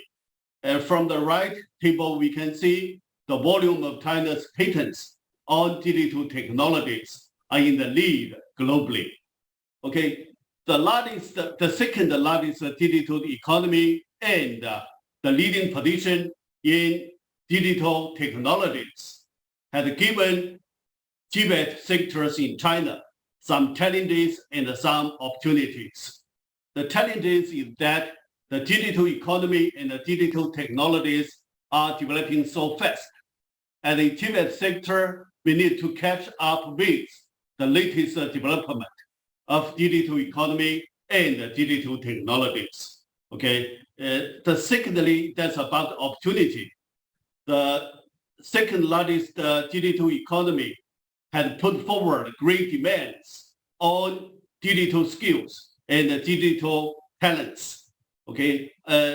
Based on our research, the Tibet sector can supply at least 60% of digital skills and digital talents for the digital economy development. Number 3 background is that China boasts the most abundant digital application scenarios. We can see there are 10 digital application scenarios. Number 1 is about the smart transportation. And number 2 is about smart energy. Number 3 is smart manufacturing. Number 4, smart agriculture and water conservancy. Number 5, smart education. We have 5G, immersive learning, and 5G plus in-class emotional recognition. And also we have the smart healthcare and smart culture and tourism, smart community. Even we have smart home and a smart government. These kind of digital application scenarios actually supplies the future Tibet teaching and learning scenarios and future Tibet training scenarios for Tibet stakeholders. Number 4 background is about China boasts the largest Tibet system. And China boasts the largest Tibet system in the world. We have about 11.2 thousand Tibet institutions and over 29.15 million students. That's a huge number to most countries, I think. Under this system, we can see number one, we have the synergy between Tibet and the industrial development. So we offer about 1,300 vocational education programs by China's Tibet institutions. And secondly, we have the public-private partnership paradigm, okay? In this paradigm, we have over 1,500 joint Tibet groups involving more than 45,000 members from enterprises, universities, industries, and research institutions. And then finally, we have the world's largest digital Tibet platform. Okay, later I will give you the details about this platform. In this platform, we have more than 3,000 quality courses and 660 teaching learning resource libraries covering 396 programs in Tibet. You know, in digital times, the most important resources is the big data. You know, China boasts the largest Tibet system, so we have the greatest big data in the world. The big data can contribute a lot to the Tibet digital transformation in China. Secondly, I want to talk about national strategies on Tibet digital transformation in China. Just now I have mentioned that China had constructed the Smart Education Platform of China. In this platform, we have three sections. The second one is the National Smart Tibet Platform. The China's National Smart Tibet Platform is composed of the following parts. On the top of the platform, that's a Tibet Brain or digital cockpit system. Under the Tibet Brain, we have the teaching and learning service sub-platform and the Tibet management sub-platform. Okay, under the teaching and learning service sub-platform, we have 4 centers. Under the Tibet management sub-platform, we have 4 systems. Now let's see the teaching and learning service sub-platform.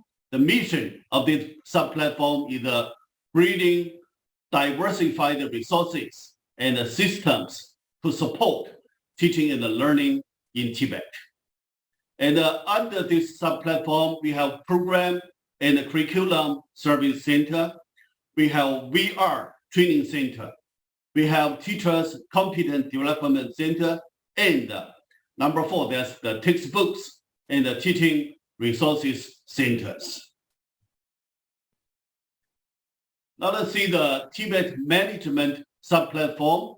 The mission of this platform is to develop China's Tibet brain to support Tibet governance, okay, from top to the bottom, to all levels, 4 levels. Now let's see the connect actions.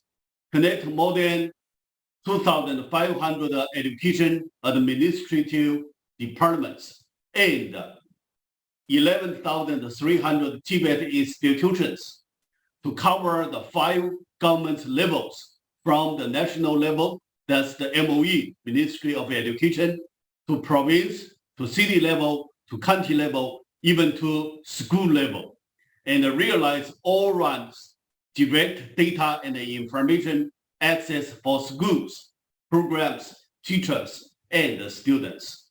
So under this sub-platform, we have 4 systems.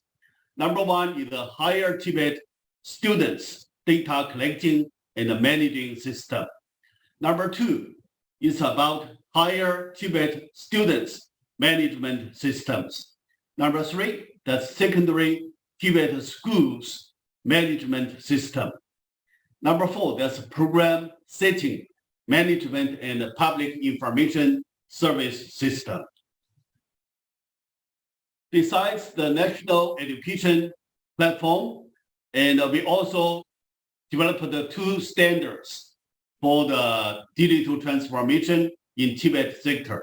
The first standard is the digital campus specifications for Tibet institutions by Ministry of Education. This standard was issued in 2020. It covers 5 dimensions. It includes information, mindset, and action, informationization thinking, and professional skills, information social responsibility, information knowledge and skills, and information awareness and attitudes. Actually, at this moment, we are still developing the specific assessment criteria for these standards. Okay, it's still underway. The second standard is about digital literacy of teachers. Also, sometimes we call it the digital competence or digital skills of Tibet teachers or common teachers by MOE, by Ministry of Education. This standard was issued in 2022, in last year. It covers 5 first dimensions and 13 second level dimensions. Okay, I just mentioned the first level of dimension. It consists of digital awareness, digital technology knowledge and skills, digital application, digital social responsibility, and professional development.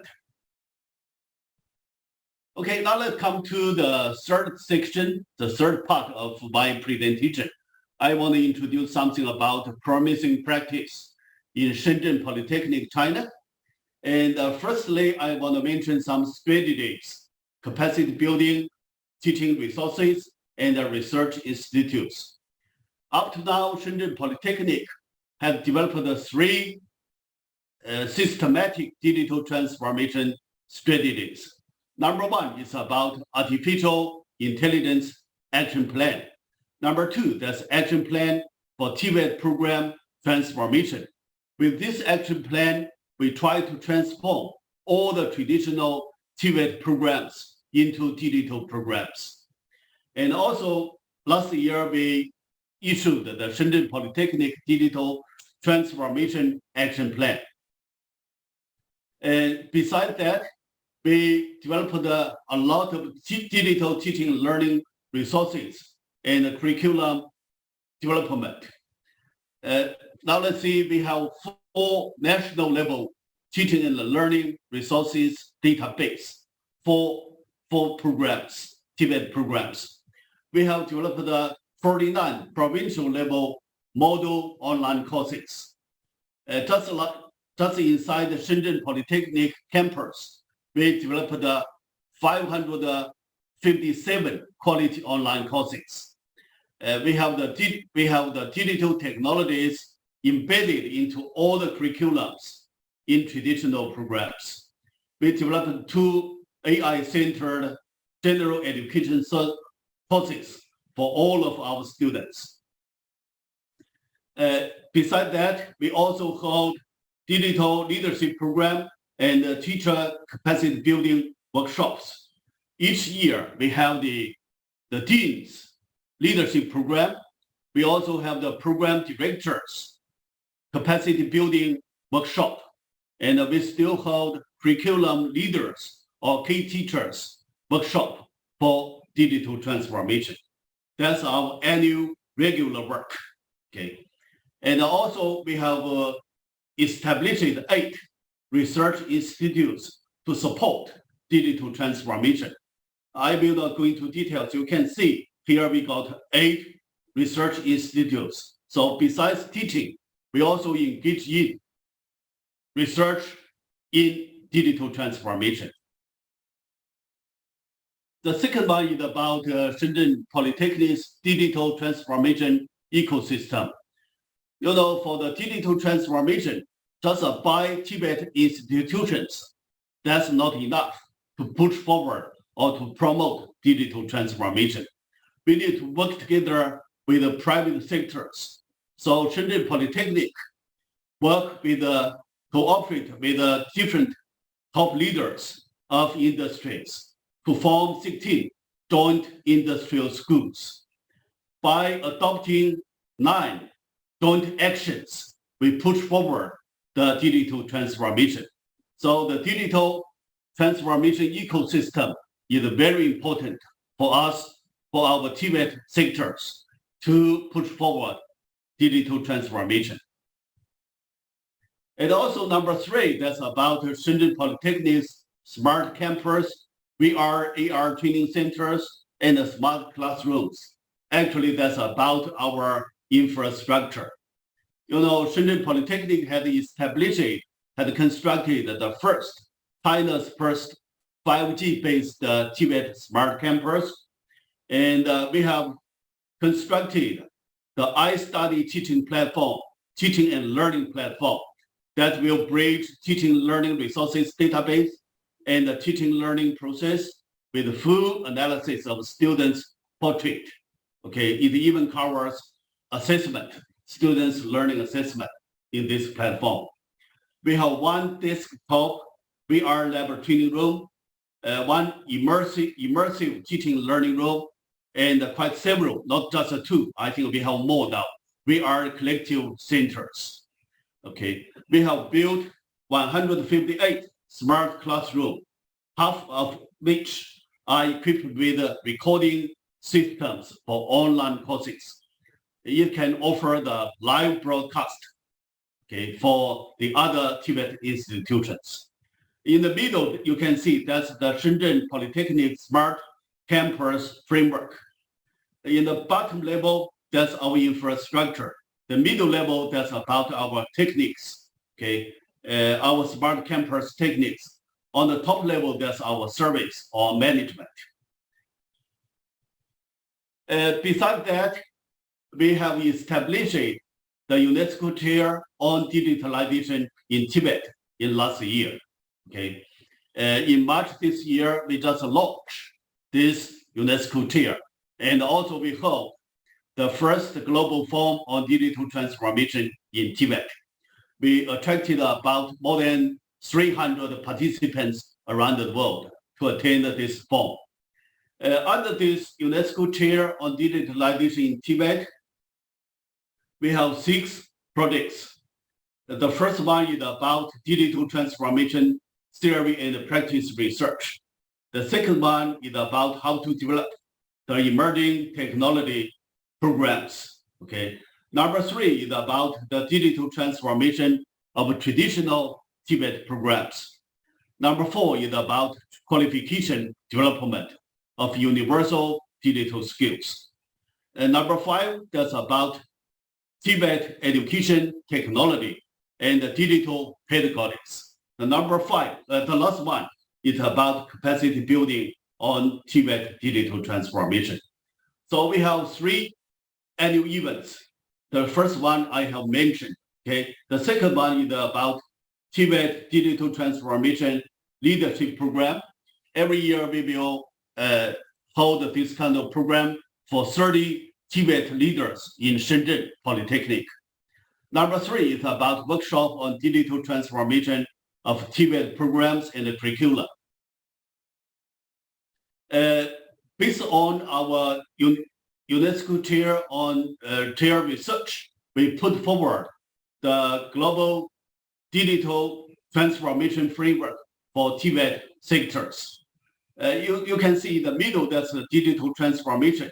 It can trigger the transformation of the 4 dimensions or 4 pillars of sustainable development of society that covers economic transformation, social transformation, environmental transformation, and the governance transformation.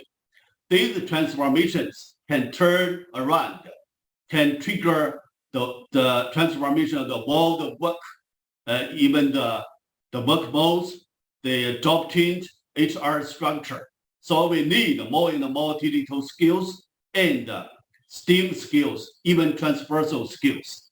How can we supply this kind of digital skills or transversal skills? We need to adopt 10 actions.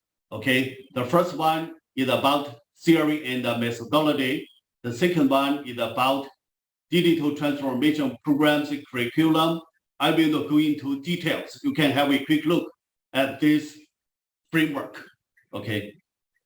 Finally, I want to stress 2 sentences. I want to share this with the Tibet community in Mongolia and the friends around the world. The first one is the digital transformation is our shared future of Tibet sectors. The second one, that's networking, is one key driver to digital transformation. Okay, we have done some cooperation with the VTP in Mongolia, with the UNESCO Beijing office, with the GIZ from Germany to offer some digital transformation leadership program or capacity building for teachers for Mongolian Tibet teachers and leaders. In the future, we look forward to making more cooperation with you. Thank you. Thank you very much. Thank you very much. За тэгэхээр заалнаас Шинжин политехник коллежийн захирал доктор Янг Мэнэс асуух асуулт байгаа юу? Онлайн оролцож байгаа учраас шууд асуух боломжтой байгаа. Манай барилгын политехник коллежийнхэн бол Шинжин политехник коллеж руу очиж бас танилцах аялал хийсэн байгаа. Professor Wang Min, good to see you again online. Nice to see you. If you could tell our Mongolian audience the China's Tibet modernization program, what are some of the key aspects of China's Tibet modernization program? Thank you. Okay, thank you for your question. For China's Tibet modernization programs, I think we have several items. I think the most important one at this moment is that we try to update the Tibet institutions from secondary level to the 3-year diploma level, then to the bachelor level, even to the master level in the future. That's one of our key initiatives. The second one is that we try to encourage more and more private sectors to engage in the Tibet development. We encourage the private sector to establish their own Tibet institutions.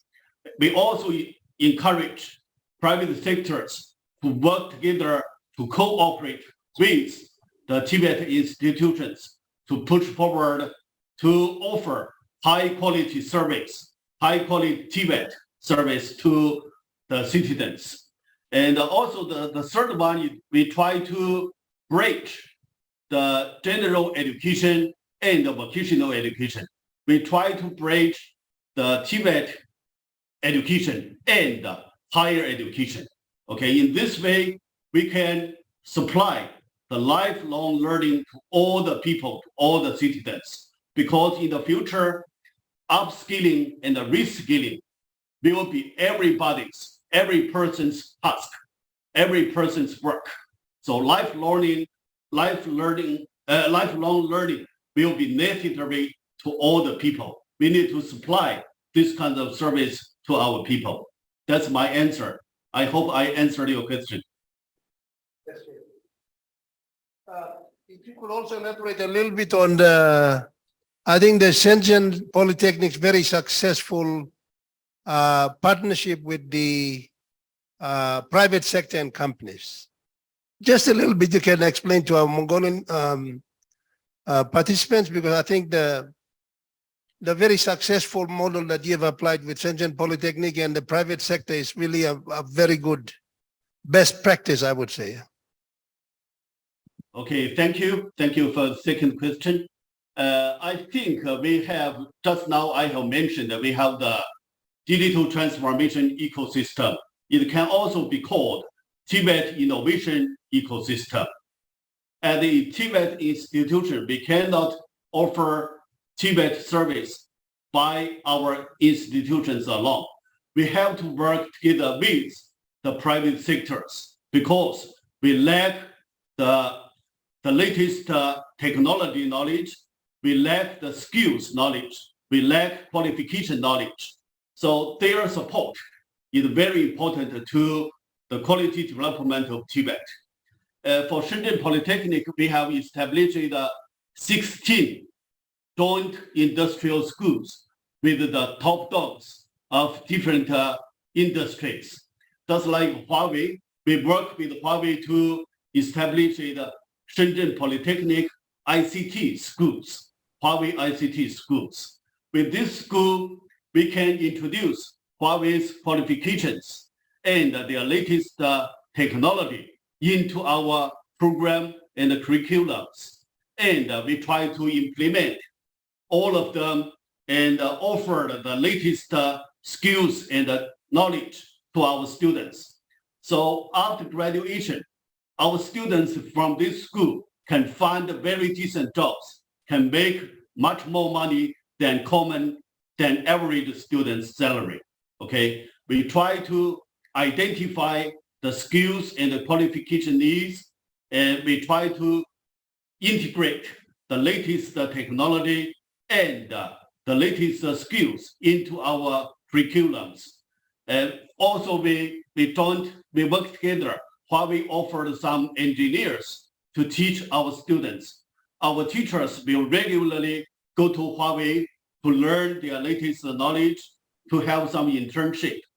Finally, in our classroom, we introduce Huawei's VR system, their infrastructure just like 5G, even 6G system, to teach our students.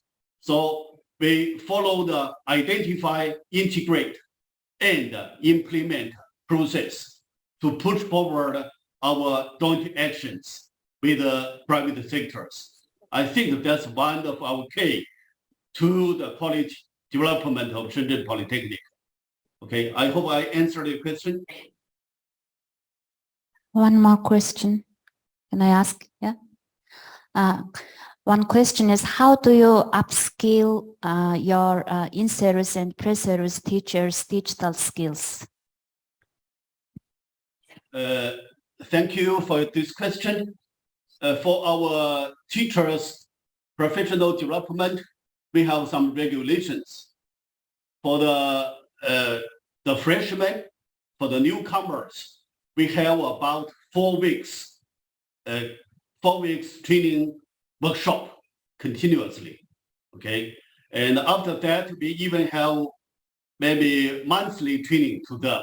We offer them the systematic training, and also we try to find some mentors for each new guy, for each new teacher, to direct him or direct her to learn how to teach, to learn how to adapt the Tibet instructions.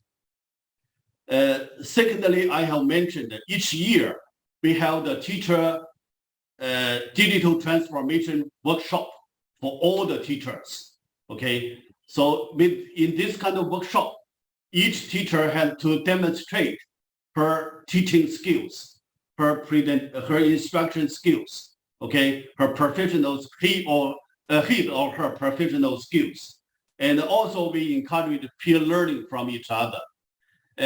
Besides, we also hold some summer or winter holiday industry investigation.